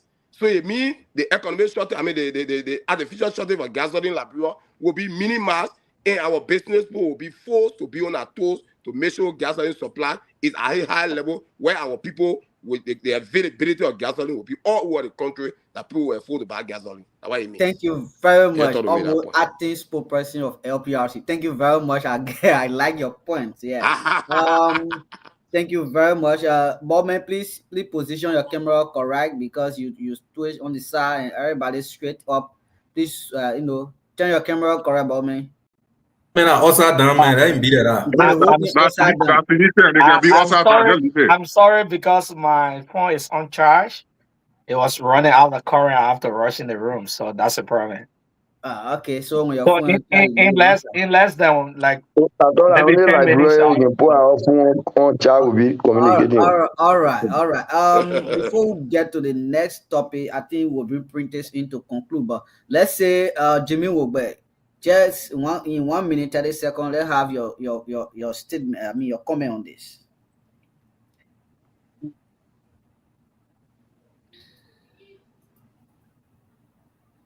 Getting me? Yeah, getting you, Jimmy. Okay. Good evening to all of the panelists, those maybe who are not on the same path when it comes to time. I want to say good morning to you all. We will always be grateful to the BGS family for affording us this golden opportunity to express our thought on national issues. And I think the topic this evening is very, very unique. But most of the panelists have said it all. The news today, I think, is a news that every patriotic citizen of this country should celebrate. A 40 years deadlock to break a 40 years record in 1 year, 6 months of your governance, I think it's historic. This is not only about, shortage, getting rid of shortage of petroleum or maybe controlling of prices on the market. It also creates jobs, because if other substations are to be operational, it means that you have to recruit more men who will be to those places to work. I think it's a good thing. And what we pray for is sustainability, so that what the good thing this government has started, we should be able to maintain it. Thank you. Thank you very much, Ali. Today you are your on-time issue. I want to say thank you for that. Go behind the camera. When you get ready, you come by your. Thank you very much. Thank you for that. We will be bringing printers. I hope the network don't take you, today. I mean, don't take you now. We want to get few information from you before you get part of you. We'll go to our next topic. Booyah. Okay. Bobby's Wanty. You got any question? Printers was saying stuff of a demonstration, I mean a protest and other things. Do you have any question for Alfonso? Yeah. Alfonso, that printers thing was just something that we were doing in passing. Printer is to be our panelist. Every time he can, let's talk to him about that protest. That protest didn't work. You all go to different topics. That's not giving the man hard time. That protest didn't work. Yeah, that man should be a panelist for us now. So, man, you will do similar statement to try. Hello. The man put them, which one panel? It is my first night. I'm open to discussing some of my most recent endeavor. And it is inaccurate to say that the protest didn't work. We have serious national conversation ongoing about mental failure after more than 20 years. And that conversation erupted after we braved the storm. To bring to the president's attention that Mita is, you know your network is not good. I just wanted to do it fast. So Alfonso, what I do know is Printed did his best to bring Mita to spotlight. But the president of the Republic of Liberia honored the protests. The fact that they were not willing to even receive the petition from the young people of Nimba. What are you trying to say? You feel about Mita has extremely done well. It was necessary that Printed don't argue with the government of the Republic of Liberia. He stayed on a link, and the young people did their best by coming up. The protest did not fail. The protest you result because the fact that they came out, it also brought about HPS also coming out to use a real. So the protest you result. We are in Liberia, we know a you result.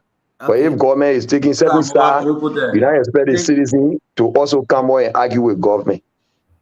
Thank you, Prentice Ha, and a lot of spokesperson on the show. Prentice, I think you're getting your spokesperson well. Thank you, B. Mark Blue. Thank you very much for that. Bobby Wanty, you wanted to ask a question. That's why I just give you time to ask. Yeah. I wanted to ask question, but I know D-Way and Mike Blue in the same, party, the CNC people, they can just brought people in talking. But the question I wanted to ask, you have answered one already, which was, what did you guys do with the money? This is where I have a problem with the protest. If you're protesting for the country, and you plan this protest before, and then overnight, one day or a few hours to your protest,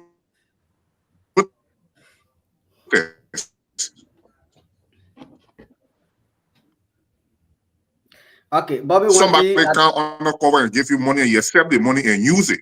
That to you protest was sponsored or somebody talked to you, it was motivated by any political person for you people to go out there? You know, you can't be in Australia and then you'll never be there. Somewhere in England you go to. So yeah. It's not my network. Alfonso, I have one question for apprentice. It's not my network. Alfonso, are you hearing me? I get you now. I get you. The man will be representative of Booyah. So I was asking whether I want you to leave the question because Printer is having a network problem, so we can go to our discussion in the Booyah. Yes. So the topic, let's go to our discussion with printers. Have good network, then we can do that. Hey, that good network. We'll continue on that topic.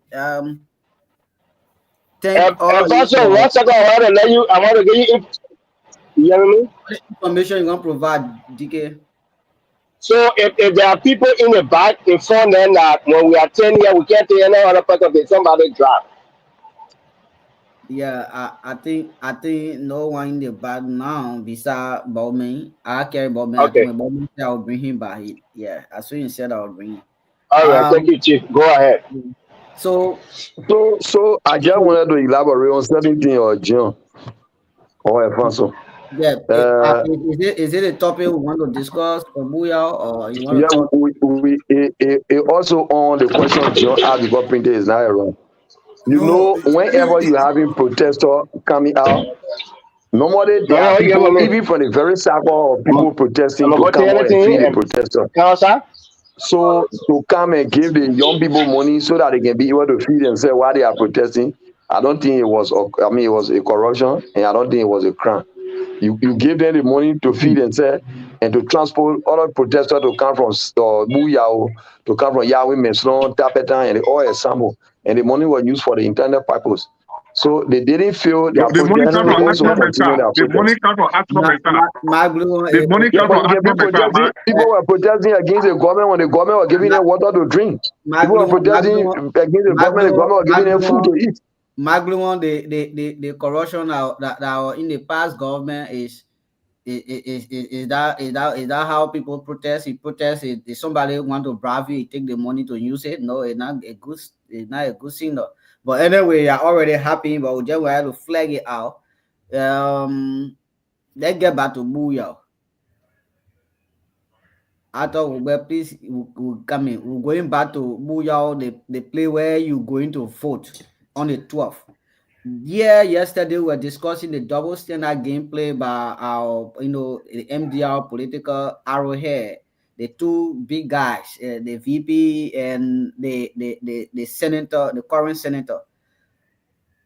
There are some other rumors that the Senator Samuel Koga instructed some of the guys to go and run campaign for Boris Badier, and also some other guys to go run campaign for Gus Menkwa, dividing himself into two persons. And I don't know if those no information coming in I correct. What actually is the aim? To make Boris Badier representative or to make a Gus representative? Because you cannot divide your forces like that. Gentlemen, you're going to the other side. Gentlemen, you're going to the other side. Who are you battling now? You want to be the CDC that did a battle and later on they lost all the stuff they were wishing for? So yeah, let's get your say on this. The people of Booyah are concerned. They are not getting any information from the senator. They are not getting any information from the vice president office. And the senator said he will remain neutral in the process. But his neutrality is not seen in the public glaring because he carries somebody to the party. The person was rejected. And now, I don't know how can we classify that. Is that being neutral? If you carry somebody, a person is neglected, he's coming out to say, if the person were accepted, I don't think you're going to be neutral though. But the person was neglected and you say you are neutral. What is neutrality play here? And take into consideration your affiliation with Boris Badier for now, sending your guys to Boris Badier and sending the other guys to Gus Menkwa. What is the neutrality here? For us, we are not seeing the vice president sending group though. But I know that the vice president gave both Gus and Koto some cash, for their campaign. So what are they planning? What are they doing? Let's get to you. Let me get to Arthur Wugbe first here. Then from there we can go to Siawete. From Siawete we get to Bobby. Arthur, what say you about I don't this? know where District 5. I don't know something about District 5. You won't get to shout out and try information. It's a registered voter of District 5. Whether you're not from there, but you registered there. Arthur Wugbe.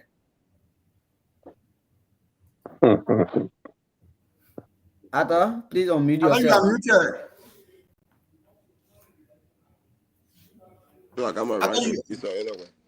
Yeah, let's go ahead. Thank you. We'll give you 2 minutes. Wow, as you want me, myself? Am I muted? No, talk. We already gave you 2 minutes. Oh, okay, yeah. So, yeah, thank you. You know, the election in District 5, Buyao is very critical. And yeah, election that any big politician that is leading the horn of Nima, that you gotta be very careful with as to how you play your political game.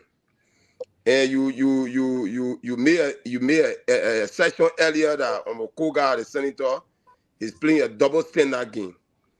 And in my mind, I don't see it to be a double standard game. The reason is that Omokoga's senatorial bid was supported by, if not all, it was supported by almost all of the candidates currently that are contesting in Buyao, supported Omokoga. So Omokoga is a senator of Nima, but historically he comes from Buyao, where he served as representative for 3 times.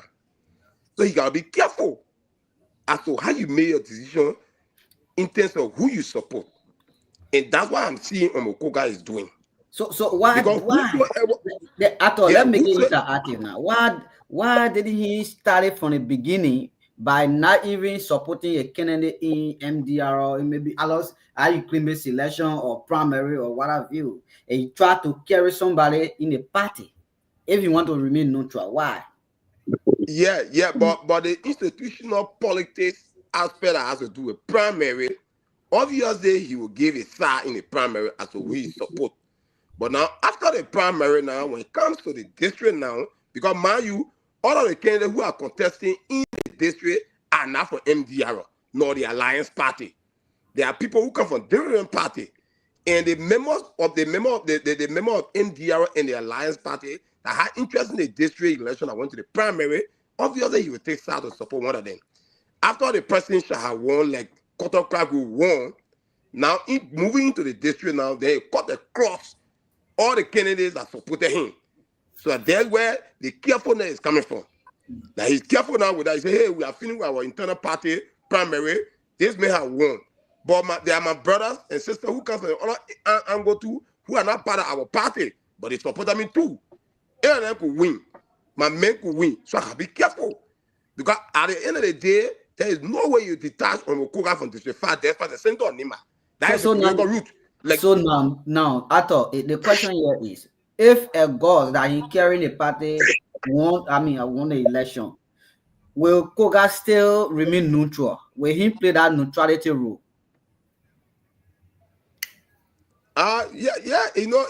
I'm just playing a devil advocate now. No, I want you to be straight to the point, man. I want you to be straight to the point. I don't want you, Yeah, I agree. I agree with part of your question is very strong and very concerned. But it will be a very difficult game for him. And in my mind, he will play the same politics he played now, he will play it.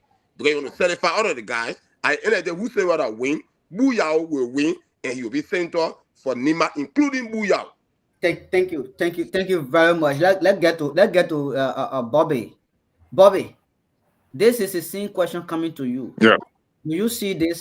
Because we said it's a double standard game, and I thought said no, it's not a double standard game. He just tried to be careful. Do you see they are being careful or a double standard game? All right. I don't see it as being playing double standard game. Because like you alleged earlier that the two BRM we have in Nimba they feeding two candidates in one race. I disagree.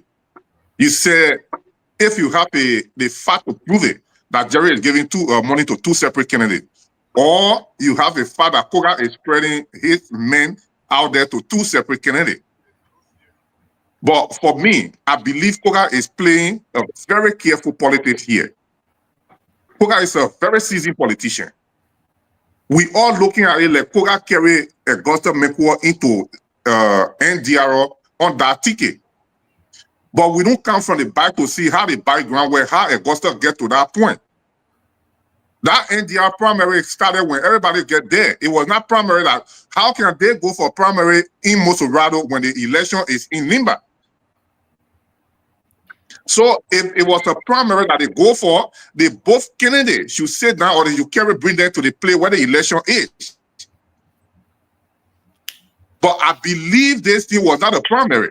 The people agree, and the party, the chairman of the party agreed for Augusta Mekwa to come for the package.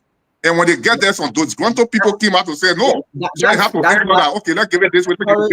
Sorry to stop you, Bobby. That's not the point here.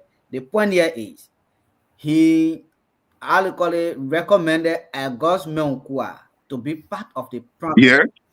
Is he being neutral? I mean, if Augusta had won the seat, will he say I'm neutral, or is there any neutrality here? Yes. Remember after what you call the primary, when Koga Kerry presented Augusta Mekwa, remember from the background of NDR, the head of NDR, which was the late Prince Johnson, always pick point somebody to say this person is running on my ticket or on my party. If Koga did it, does that make you neutral?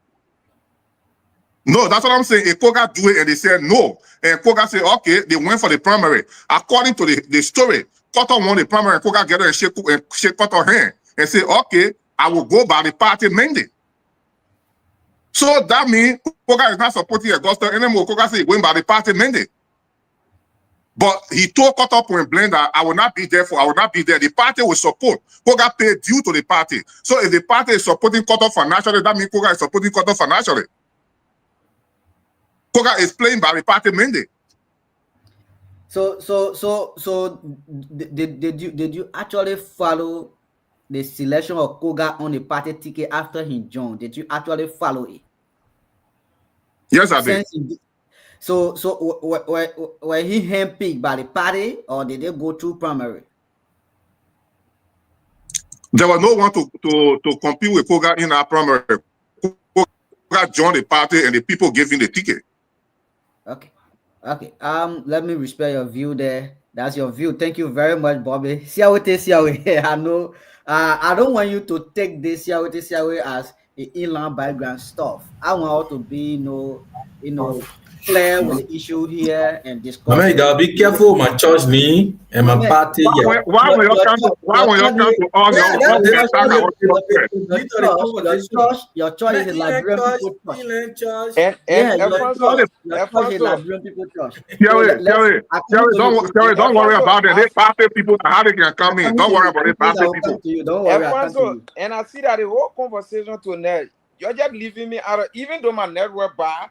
But every time I come online, that's why I brought you. Now you serving 9 years as a panel because when we go to that issue, the whole thing. Never giving you problem, man. No.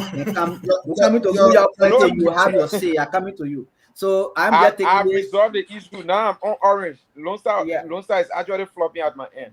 Yeah, your issue now in the background. Go to our closing, what they call nations. So, Alfonso, thank you very much. I kept saying on the show, Senator Koga was elected on the party ticket, and he was unopposed because he didn't have anyone going against him.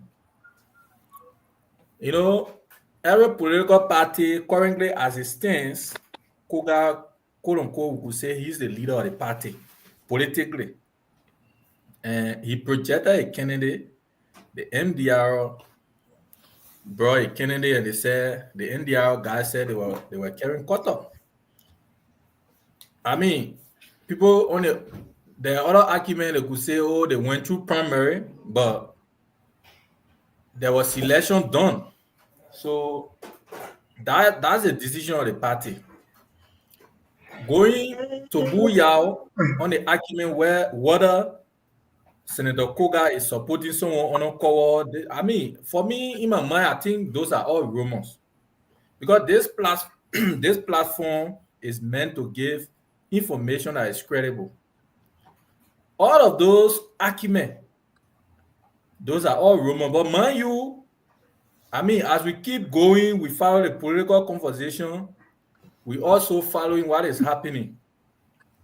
Know that Senator Koga is the immediate representative of District number 5.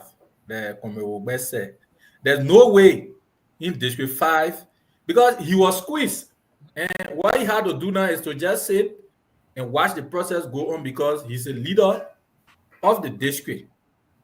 So the first disclaimer I want to give you is that Honorable Koga repeatedly has said all of those guys that are in the process are his brothers and sisters. So he wants to do away with the booyah politics.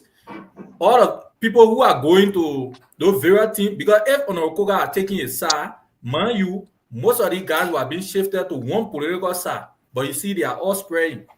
So he's very careful of how he's approaching the election in District number 5.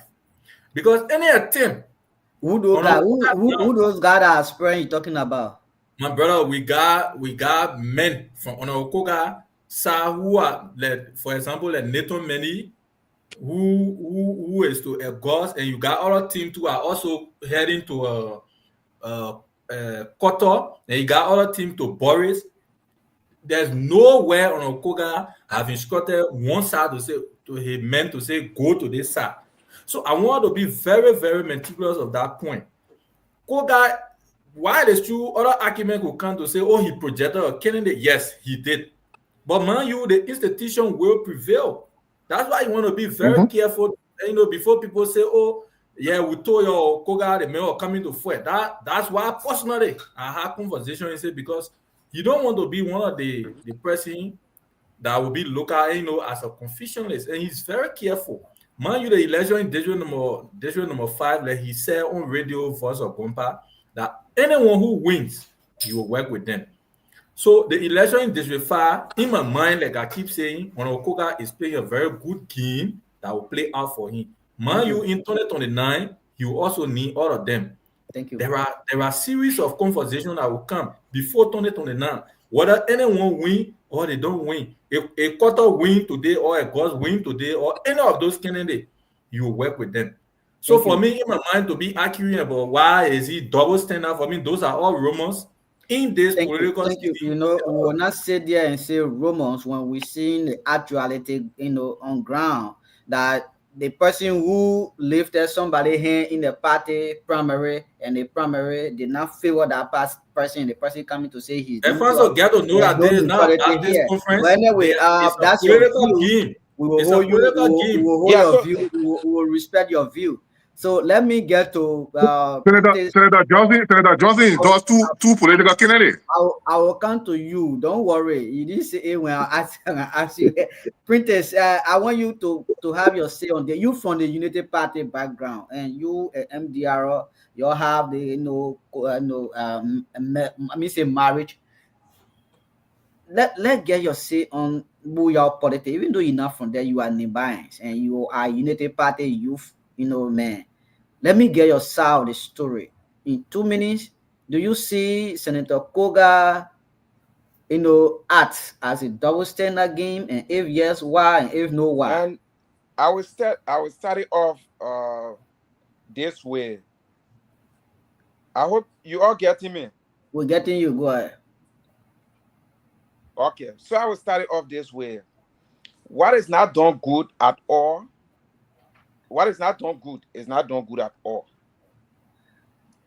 Before coming to where we are, let's first get to how we got to where we are.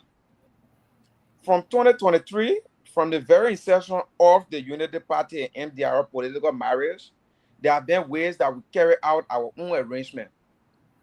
In 2023, let me say this to the public and to everybody on the platform this evening.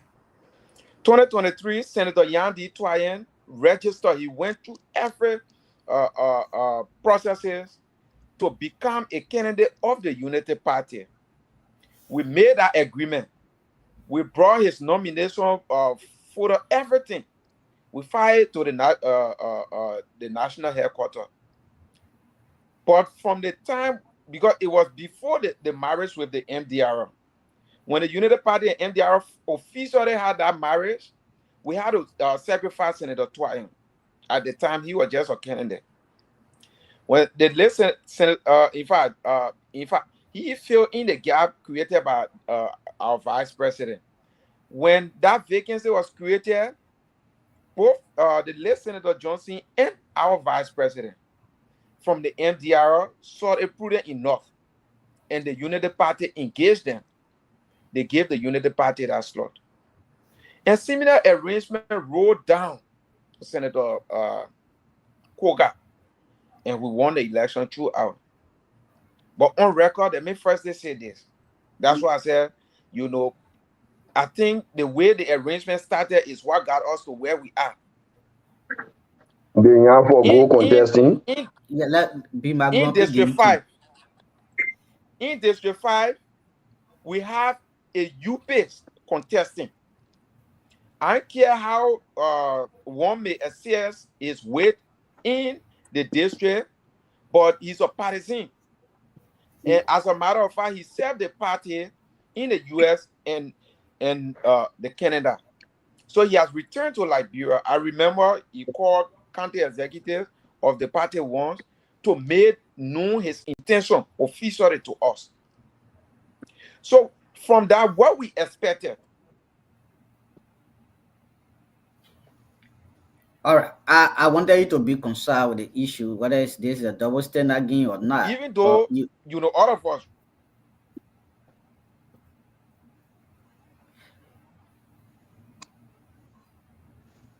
Yeah, we're not getting your audio now. I don't know what happening. So we are not getting your audio, Printers. Printer, we're not hearing you, Printers. You can go and come back. Go out and come back and go straight to the point. Yeah, go out and come back. We will still bring you. So we will still bring you, Printers. So you have to go and come back. Thank you. Sadra will come to you. Let me get to Jimmy Wobe. Jimmy Wobe is sat patiently and hear this. I mean, you are hearing all of the thing we're saying. So we will give you 1 minute 45 seconds on this. Do you see the senator and the vice president playing a double standard game here? So we first of all maintain that we endorse the decisions of the vice president and the senator to remain neutral, based on the fact that almost all of the candidates in Boyal supported them. In fact, before even Senator Koga's election, when we met with the vice president, he was clear. He said, if Koga wins this election, I'm not going to support anybody in District 5. I will remain neutral because almost everybody in the district, almost all of the candidates supported me, supported us, or supporting us. So it will not be prudent that we feature a particular candidate when that vacancy occurs. And then the issue. Hello? Yeah, getting you. The issue of double standard, I don't see double standard here. If you listen to the Senator Koga on Voice of Gompa, I think day before yesterday, something like that, it was clear that he remains neutral, but he asked all of his supporters to go whatever way they want to go. And if you do a thorough check on supporters of Senator Koga, all of them, almost all of the candidates, they are spread all over. If you want to Cole Williams, you will see on the camera Cole Williams, you will see the legs of Darius Omorufre, you will see the legs of Marco Meon. If you went to Boris, you will see the legs of Marshall Muna. And if you also went to Mekua, you will see Nathan Meli and the rest of the guys. Jackson you will see Alfonso Miame, you will see Prince Bato, and you will see Jimmy Wowe myself. So the issue of there's no double standard here. The senator has said he's not supporting anybody, and everybody should go by their way. And we have choosing our side. Thank you. You say the senator said he not supporting anybody, but the senator carried somebody to primary, but the person did not make it. So you still saying the senator is neutral, right? Yes. So, but the issue of primary in every partisan will have to take his or her side doing primary. It doesn't mean that you are taking side. No, after the primary. What if an interest was coming to to surface? A name of an interest was going to surface as the Kennedy. Will he not support? There is something you're not getting here. For me, my belief is one of the reasons. Listen, one of the reasons here is the form and manner in which this primary was conducted. I believe if the primary was done free and fair, the senator maybe could have remained with the party. So you're saying because it was not free and fair, that's why he don't want to support the idea, right? Anything that is not properly done is not done at all. Anything that is not properly done is not done at all. Okay. Thank you. I copy you. I know you are a man. I mean a Koga man, and anything you say here, it will be the reality because you're close to Koga, and you're saying because it was not fair, so it was not free and fair. That's why Koga is not supporting. What you badado? Edo, I know you want to leave, go for something. So let's give you 1 minute, 30 seconds, then we'll go to B Maglu. Alfonso, give Ellis the mini. They're giving everybody a hold your phone. Please. They ain't got the mini you want. Okay, Edo, 2 minutes. Edo, 2 minutes. Yeah, so after Ellen will be scheduled, then that Mark man, that CSC man will be last. You will go look for things that way in Bapolu to bring. CMC that they are your people arresting my man. When they different, coming to bizarre jazzy you issue again. Is he the mic doing guy? Not talking anything here.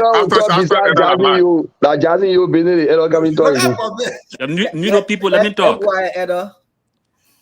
When it comes to Booyah politics, I think you have more than 2 minutes. D-Way, you know that. I gave you 2 minutes. Anyway, the question is Senkoga neutral in this election? No, Senkoga is not neutral in this election. Senkoga have made big blunder from the beginning, and it will play with him until to his election time where he will feel it.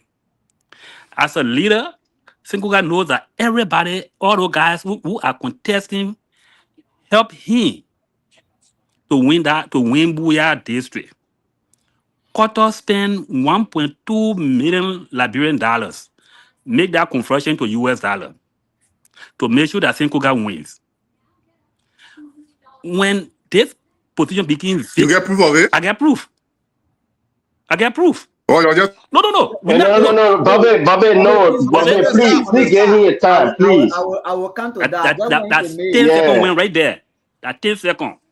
So know that. Now, when Senkoga won the election as a good leader, you should have called those boys who helped him to win this election. Look, gentlemen, this election coming here, I'm going to be neutral, and whoever wins, I will support that person. He did not do that. He started going all over the place. We'll have how do you call it, primary when I come from America. We have that. He came from America. He did not have that primary. I don't know how was that going to play out. He did not have it. He went and picked Mekua and took him in to MDR. Now, MDR is a political party. You just grab somebody by their hand and carry. They have rules and regulations. You don't carry somebody in there just because you are a senator and you want to act like the owner of the party to accept your nomination or your nominee. The people rejected that. And you agree, submitted to go into the primary, regardless of how and where you're happy. The fact that you submitted to that, it hold you. And your candidate was defeated. You stood out there, I will work with Koto, you'll shake hand. Now, after a few days, you are no longer supporting anybody because they all voted for you. It doesn't work that way. Senkoga, it doesn't work that way. You need to be neutral from the beginning to the end. We all know that you supported Mekua and you are supporting him up to this point. I will say that to anybody. Thank you. Senkoga is not a neutral human being in this election. Let me ask you before you can conclude your statement. Mm-hmm. You may mention a quarter spending close to maybe something that 9,000 USD, which is to 1.2 million Liberian dollars a year. Yes. Mm-hmm. For what reason quarter was spending? We're gonna raise this from 1.2 million to be 9,000 again be 6,000. Why you need my room? We are here to your mouth. Yeah, it's the reason. Yeah, it's the reason. 200 rate and 1.2, that's 6,000 now. They meant decepting my time. In mute them, they meant they start like us 2 FM. Mute them, man. Now, Koto, as a citizen of Nima and Buya, and he knows that everybody was supporting Senkoga, Senkoga, and the reason, like I said the other day, the reason Senkoga won the election was not because of popularity. He never had anyone to go into the election. You hear? Koga looked up to him as a big brother, even though they might have their difference in the beginning. But Koto put that away. He sacrificed his money to see his big brother wins in the election. All right? He did not do it any other reason but to see him win this election, and he was broke. Can we confirm that figure from your Peking Koto? Can we confirm that figure? Mm-hmm. Every year, can you bring Koto here? To bring him here? Can you come Koto now? So we can confirm. For the money, we can be for Koga with our own money. And our government money. You're not government money. Like his own money. Then we'll do that. You want me what? You can call on your phone now, confirm. Calling for what our government money, the money we're using. Listen, you cannot be on phone. You should be the one to call him. I'm not finished yet. Yeah, let's go straight to other people instead of throwing figures out here. This platform is a reputable platform. Hey, Bobby, we will all have time to respond to Ellis. You leave Ellis to talk. That's just Ellis all the time he wants to talk. Thank you. When he done, everybody here will respond. Yeah, thank you. I know what I'm doing. So Ellis, I just want for Ellis to call your own. Dennis. Dennis Law. Yeah. My man, they call you Ellis. Don't put Ella Bene here. I'll give you 30 seconds to conclude, Eric. Okay, yes. Like I was saying earlier, Sam Koga needs to act like a leader. And if he continue to do what he's doing, it will haunt him.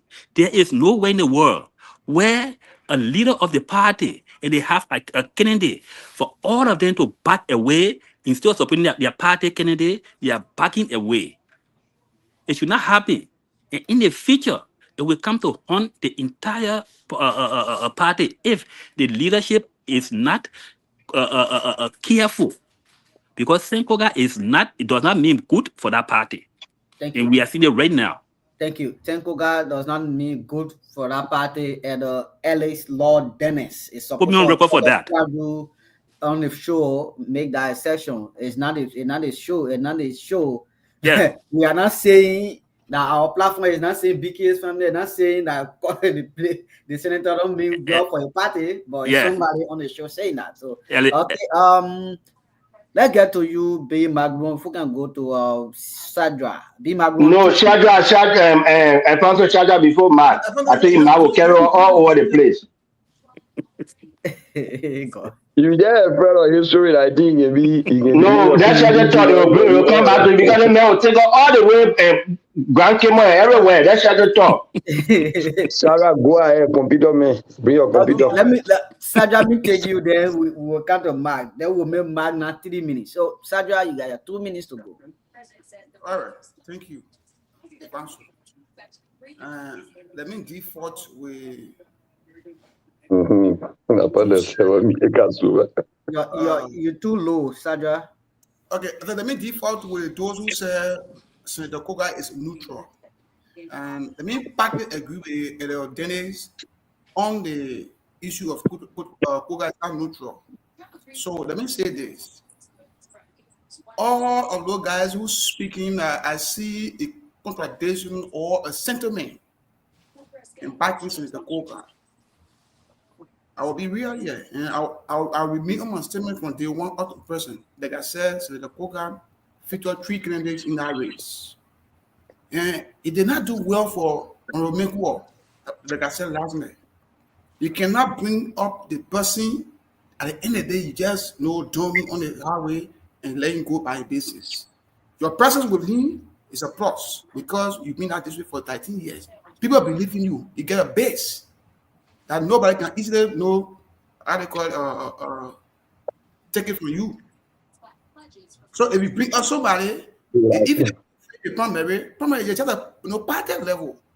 As a leader, stay by your word and follow the person that you think is the best for the district and carry the person. Yeah. So the Koga, even in his interview, he said, no problem, doesn't matter. Listen, I told you this time. Yeah, just go ahead our way. Yeah. So Senator Koga, in an interview, he said, if Romekwo had won the primary, he would definitely support him openly. Let me point in the practical example. I'm hungry, I want to eat food. And I went to one old man in your house, I said, I want to eat. I'm very hungry, but I want cassava to eat. Then the old man tell me, say, I want to eat again. I know. The man said, no, you can eat one at least you can eat one. So no, I want to eat again. No, not because I want to eat again. I want to eat, but the soup that I don't like that soup. That's why I refuse the food. So Senator Koga is refusing because he doesn't want to support quarter. That's the reason he even fought up by the into the election last time. Because quarter straight is in nuclear. So if he be the strong candidate to come from there, his win is just 75%. So he brought in Bobby to reduce quarter votes. I keep saying it. 2, the Senator Koga is play a double standard game because he and Jackson they got tradition. They can't speak against each other. So he keep him mute for Jackson to also get edge in your bill. But he's not neutral in election. From now to tomorrow, day after, next year, even to the time where a leadership in Nima, he's not neutral. For the vice president, I can say yes, he's neutral because he pronounced it even before the election. I was part of the Koga campaign. Bobby knows that. Kati, who Koga often knows that. Obadan, Osondo down, they know that. We I had to go campaign for the people and treat all the people across Nima. I'm grabbing thank you for campaigning against Mark Blue. You guys, anyway. Yeah. So to conclude, Alfonso, let's be objective in making decisions or speaking to issues. It will not even change your integrity. It will not it will even build integrity instead of not changing your integrity. It will build integrity because the people know that you are saying the truth. I got nothing against Senator Koga, but you're not trying to raise that's no sugarcoating things. Thank you. Thank you very much, Sadra. I like your points and it is good. It is your point. It is your view. That's how you perceive that. Let's come to B. Mark Blue. I know people say you can take history. I don't know whether you did history in school. So, Mark Blue, welcome to the show, and let's hear you on this. I'm a managerial economist. Even though you are opposition to those guys, but let's hear you on this. Let's hear your opposing view. Either in favor or CMC? Yeah. I'm a managerial economist. He on I'm loan. now a historian, but we keep record. He on loan, you will come back. So yeah, Mike Blue, let's hear you. Firstly, I always erase the notion of people calling us opposition. Anyone who have followed me will know that I always follow people for good. I don't envy anybody. I don't go against anybody. But Alfonso, the father, I will be sitting down in the government of President Weah and someone call me behind the horse to come and resign, playing with my character. I'm now of that no job will save me life. Because the father, we planted raw, pan, cocoa, all that thing lovely. And we being us being there, it means we not carry Morovia to lovely already. So no need I made myself up with anybody. Breaking news, you telling all you being Austin building indoor play. It's a breaking news. I'm not bringing you. The first man to be Austin building lovely. Thank you very much. You go ahead. We're doing that. But the money that Muta paying for the campaign, you know, don't say. Are you playing building? Yeah. Thank God. And you fighting for them to divide the district and get Nima Titan so you can take one Bobby that why you fighting behind Kogavo. You my man. When time will support you, you good man. You been helping my musician all true. So you my man. And the musician do make me popular in the country more and printed and everybody. Now everybody fighting now, but I need to be in music, no way. So what we say here, Alfonso, to be real with all of us in Nimba.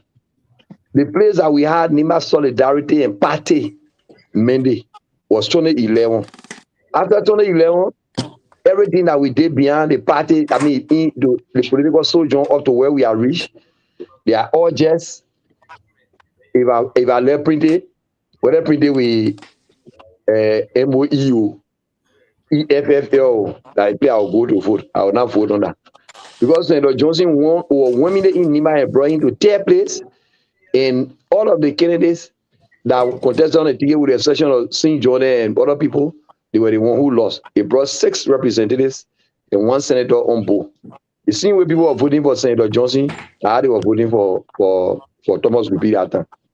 So we left from there, we came to the 2014 election. After they destroyed the NUDP, Senator Johnson went as independent candidate. But those who were even with United Party, the people who were contesting on their party ticket, they all defected. They went behind Senator Johnson and Manaide Gonglo way. The people who were on the ruling establishment party ticket, he got only 2,000 votes at the time.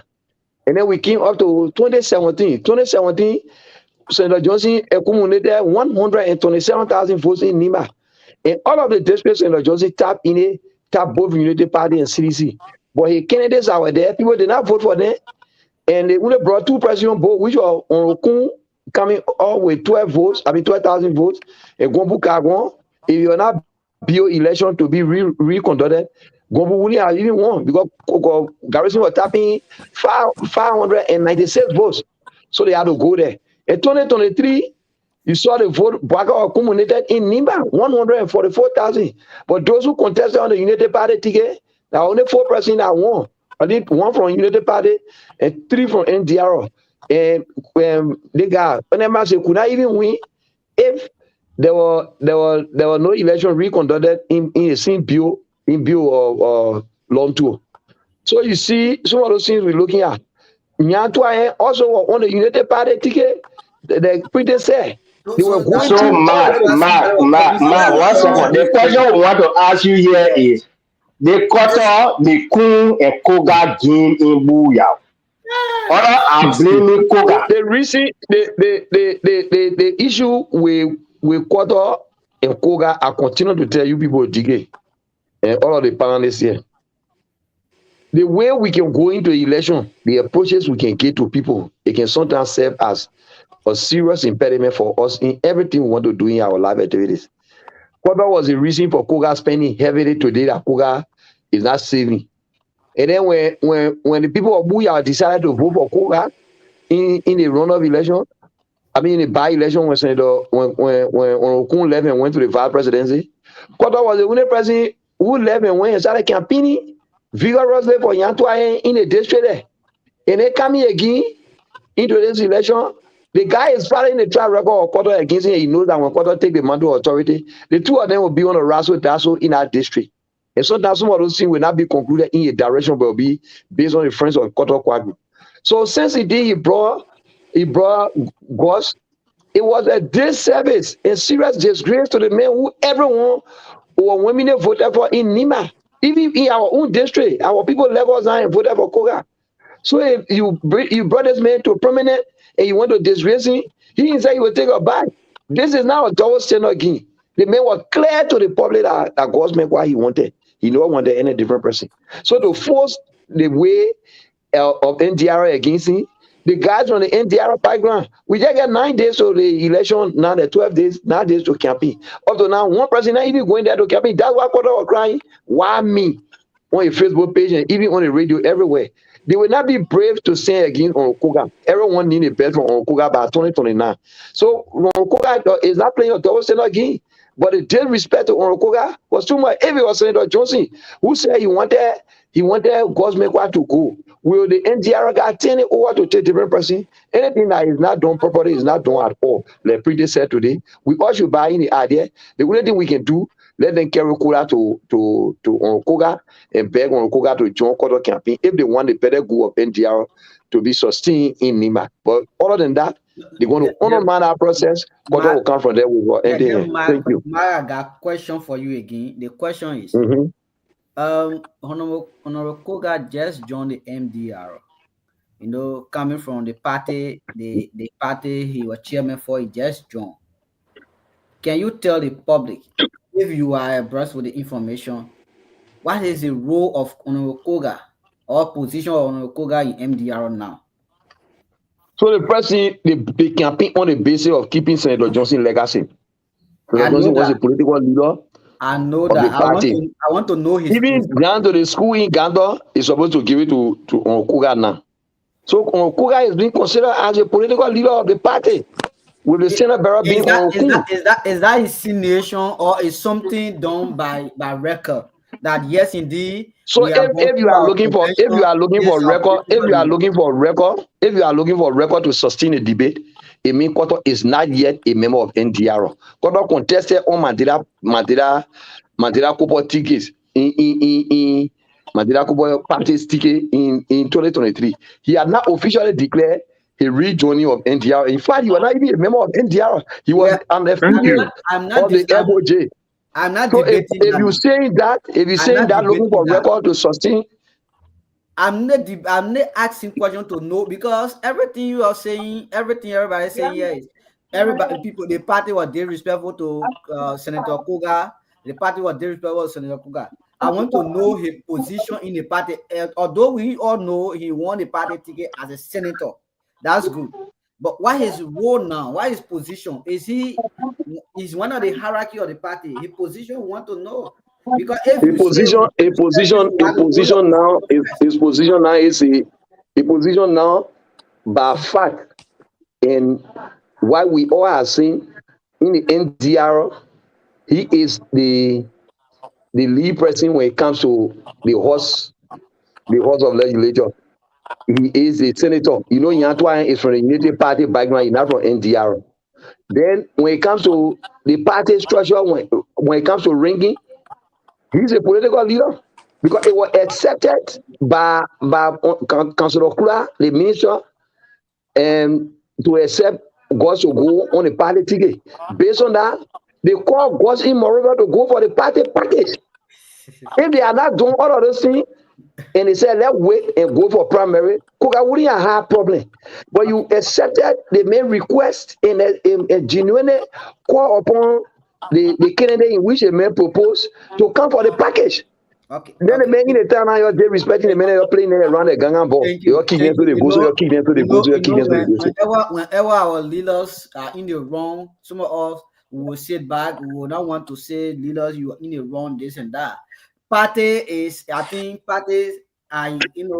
executive, the high executive, and the executive, if you are a member of the executive, all of you have to share view, and the view, you all have vote on it, and the vote, if you have vote on the view, and you don't vote on it, all of you, the decision that will be taken is binding on everybody there. But maybe in their political, arena, this is how they do things. So if Koga, as a senator of the country, and coming from Evanso, the mistake you're making, Evanso, is that it's not a double standard game. No problem. Evanso, the mistake you're making is that the mistake you're making, Evanso, is that the people, they accepted the main request and call a government to go for the package.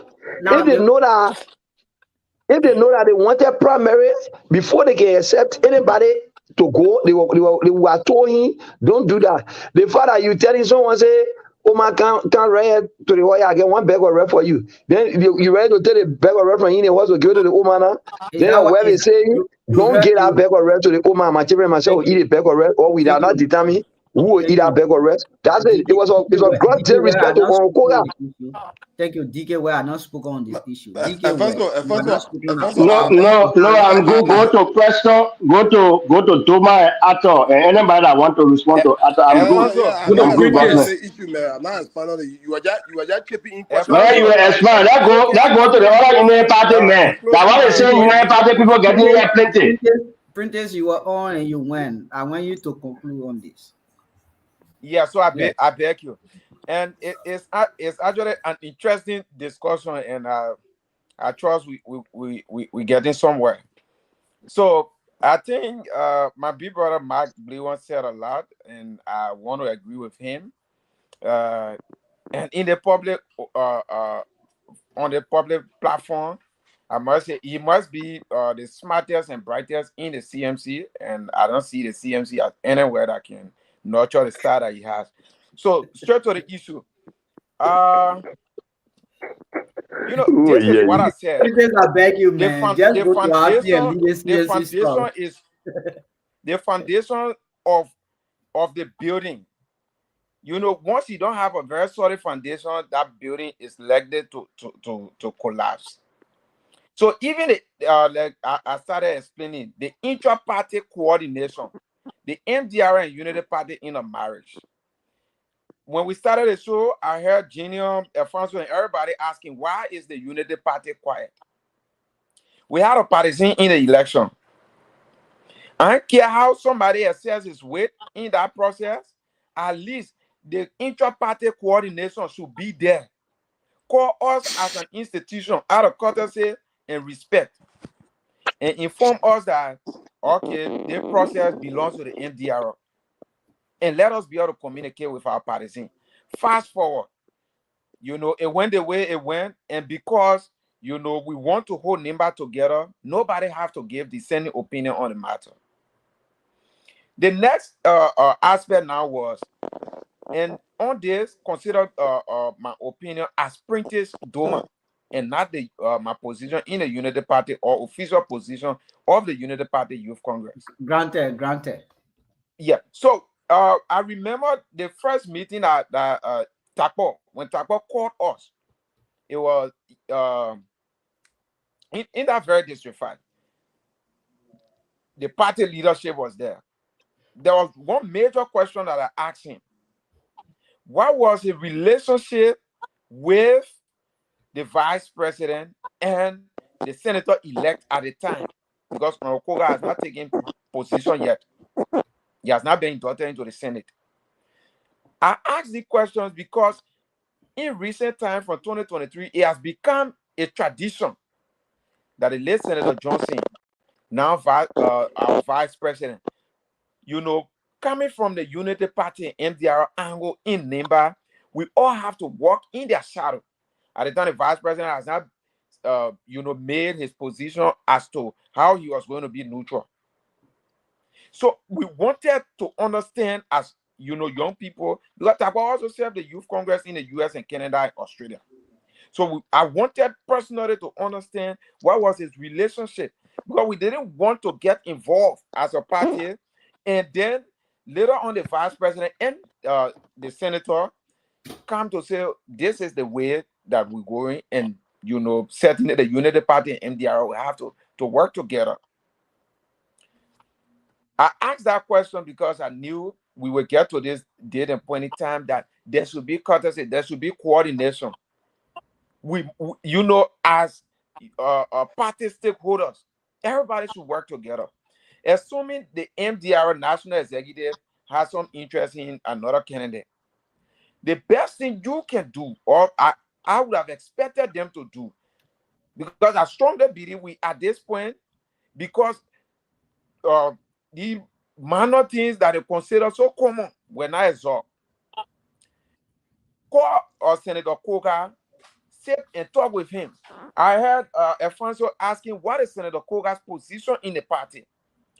That I have not done my own research on, but I know in every political party, like, you know, the Unity Party that I serve, members of the party caucus, they are National Executive Committee members. Moreover, we are talking about a 3 times elected representative in that district who got elevated to the Senate. No lazy politician can set that record. So sit with the senator in the room, assuming his interest doesn't align with the national, you know, the entire National Executive Committee interest, have conversation with him. You identify way forward. But I'm of the stronger conviction that these processes were not absorbed. That's why we where we are now, going to primary, and then the immediate representative of that district interest, like everybody is saying, Honorable Menkwa, he doesn't secure the ticket, and now he decides to put himself in neutral gear, and it becomes a big debate. So I thought, assuming that my big brother Mark said, the history of Quarter and Honorable Koga has not been so smooth. I trust that conversation, dialogue, and, you know, coordination, internal coordination had you know, priority been given to these processes. Assuming the worst case scenario, we know of people, politics, people say and do the worst to each other. But when it reach that point, once, you know, it is channel property, people, you know, start to align and realignment and disalignment, everything occur. But in the absence of coordination, then you know, we're going to be the where we are. But however, I trust that it is not too late, because the decision of the MDR, it is the National Executive Committee. Most of them are in Monrovia here. They don't have the weight in that district to go and, you know, effect the change needed for a possible win. At the end of the day, you need Honorable Koga's support. Thank you. Thank you. You need Thank Honorable you. Koga's support. Man, they are Unity Party, man, that now he never get better, so he want to talk all day now. Yes. Man, we give you all the time, you never fluctuating so that tomorrow now. So you go to Ato. Go to Ato. You're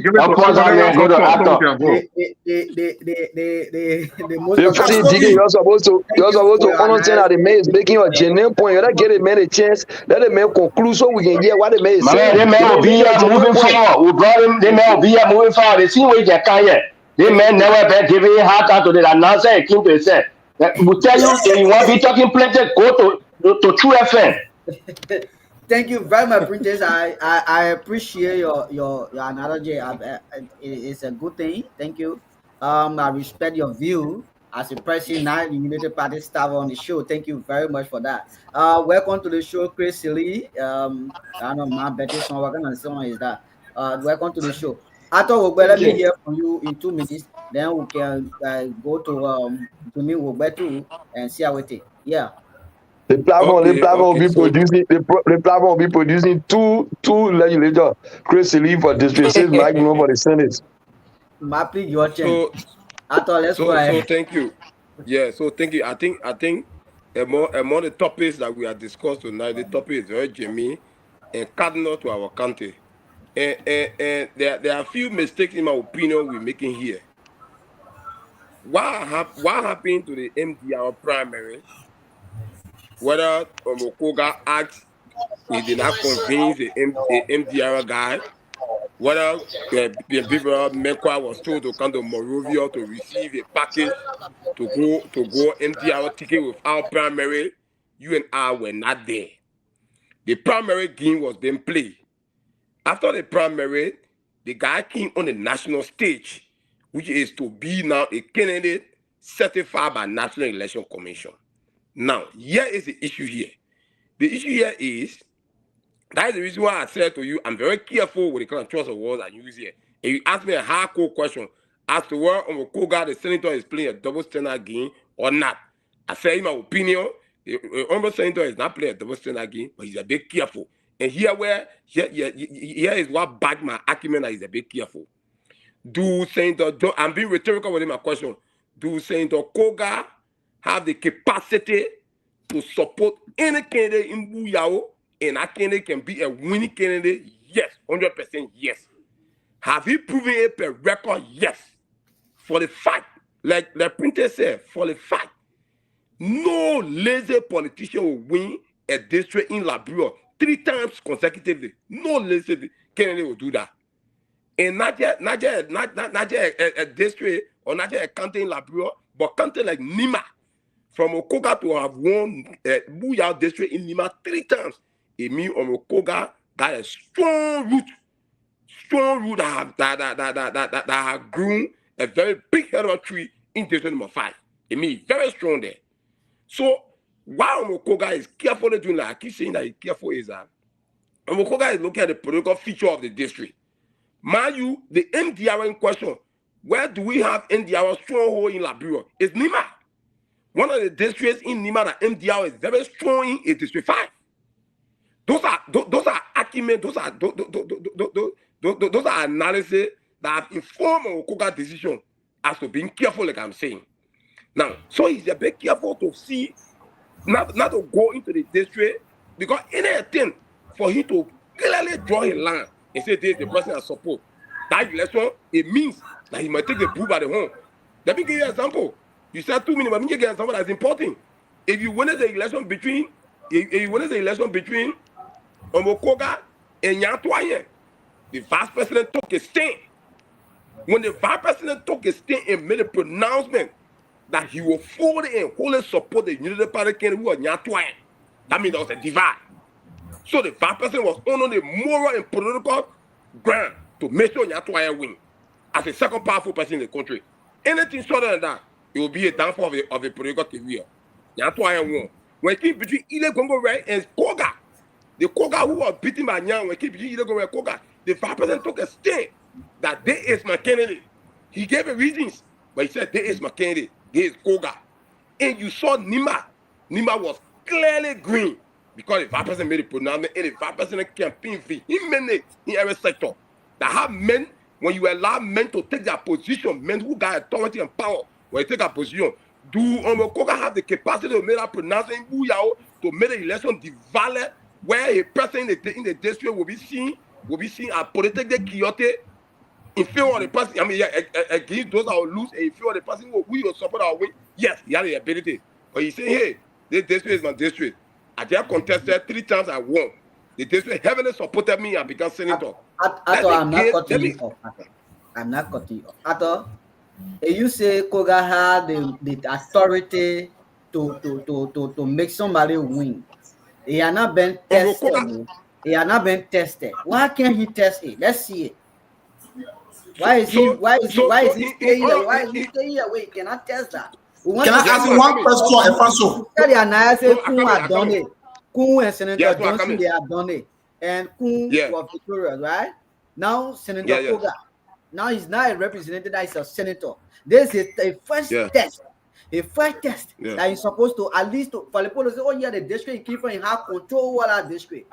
Tell the people whether you're not support or who. Just say, yeah, Jackson, I'm carrying Jackson, I'm carrying Boris Bahi, I'm carrying this person. Let's see your political weight from where you come from. Why is he shying away? Why? So let me answer your question. And I think I was going in the same direction in your question came. Omokoga per history and political statistics, he has proven in Buyao that he got the capacity to put it with any candidate and that candidate will win. Why? Because he has contested 3 times and he has won the election, making him to be the most popular politician to come from district number 5, same modern democracy king, and same district number 5 become a district. That is the example number 1. Then that is the reason number 1. But what he's doing there is such a time, such a condition, such a variable you got to introduce. So what he's saying there is, he's saying that this district, all the guys who contesting there, that who supported me. and we're looking for an election I won. I don't want to make the district chaotic politically, where clans will be going against clans, where brothers and sisters will be going against one another. So let me allow the district to be cool, calm, and relaxed. Let the guys go and do that thing peacefully. Whosoever that win will be my representative. I will present. I will work with tomorrow as the center of the country. And that's the simplest game he's playing. Not that he's weak. Not that he doesn't have the ability to support a candidate to win. Or not that he's playing double game. No. You made a statement, and one prince and man is making is making a comment here that it's quite unfortunate that Koga, who you say has shots of power, failed to make his interest known. He failed to make his interest known when he gets all the power he prayed for, or you claim it that he has. Somebody who had the power will not stay back. That's the point. So that's his opinion. No, that means he's not following Arthur Wubbe. If he's following Arthur and listening to Arthur, you will not make that statement. I know that's your opinion. That's why we brought your opinion, though. I agree. Right? I'm not saying he's saying it true. But the power is can I ask Arthur one question? Yeah, you want to ask Arthur, right? Yes. Ask him one question. All right, Mr. Wubbe. When you say being careful, observing the terrain in Buyao, when even in his own interview, he admitted that if Mekwa has won the primary, he's going to support openly. But because Mekwa was muted, I come in the middle line. You he's not muted. He says he's talking. He's not muted. Are you not getting then I never. No, I'm not. Okay, sorry. I'm not. And I'm getting you. And I'm not getting you. Okay. So I said, you're not getting when did became careful? When he became careful, when he selected or agreed to carry somebody, he pronounced the person, talk about to the party. He had not been careful from the beginning.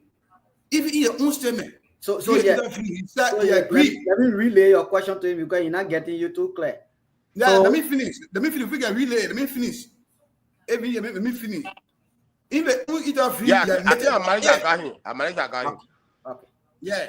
If Mekwa has won the primary, you're going to support him fully. So when did he realize that he need to be careful in the election in Buyao? Or he say he afraid that we go alone to support somebody, the person will lose the election and be the slap in your face? Thank you. You say you hear it, so I want you to respond to that. So you finished now? Yeah, just respond to that in 1 minute, please.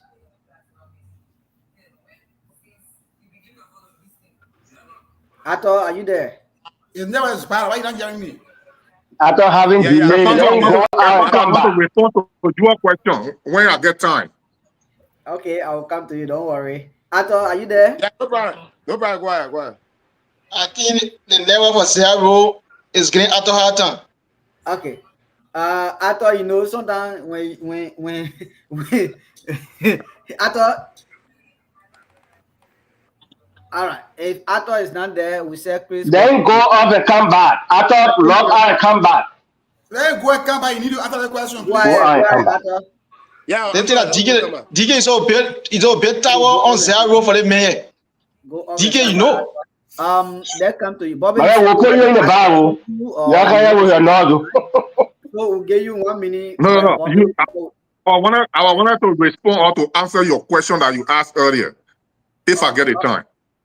Yeah, you can answer it. If you still remember the question, you can answer it. Yeah. You said if Honorable Koga have the power, like Arthur Wubbe is saying, why he cannot prove it? Senator Johnson did it. The vice president do it. Why he can't do it? And I just want to tell you, Senator Koga have done it 2 different occasions. My brother, like everybody's saying, there's no listed politician in Liberia. Sorry? Who did he support? Who did he carry to the district and tell the person of voted person they voted the person who? All right, I will tell you. Like they said, there's no listed politician in Liberia that will win 3 consecutive elections. So Senator Koga does not carry somebody to the district. Since Senator Koga take over that district, this is the first time for somebody to go there. But remember, Senator Koga went against a government when the CDC government brought Omen Mawen in Ganta to replace Jeremiah Pankun. Senator Koga came over there and raised St. Brown hand or as an individual, and St. Brown win that election. Senator Koga left, he went to Bon County, in different county. He raised Jean Colette hand in Bon County, and Jean Colette win against the government in Bon County when Nathaniel McGill was wasting money in our district. So Senator Koga has proven beyond all reasonable doubt that he can go anywhere and win any election. So a district that you're afraid to go, right? So, Pastor, can I make comment on this? The same way, hold on. The same way, that only a district. The same way that during the general election, when CDC put $270,000 in there and bring it to Senator Koga to go to Nimba and destabilize Nimba, he said, I have my 2 brothers that are running in that race. I would never take gun to my own house and go shoot. I would never hold money because of anything over my county. I will support my people. Koga will not go to that district and start fighting in your own district.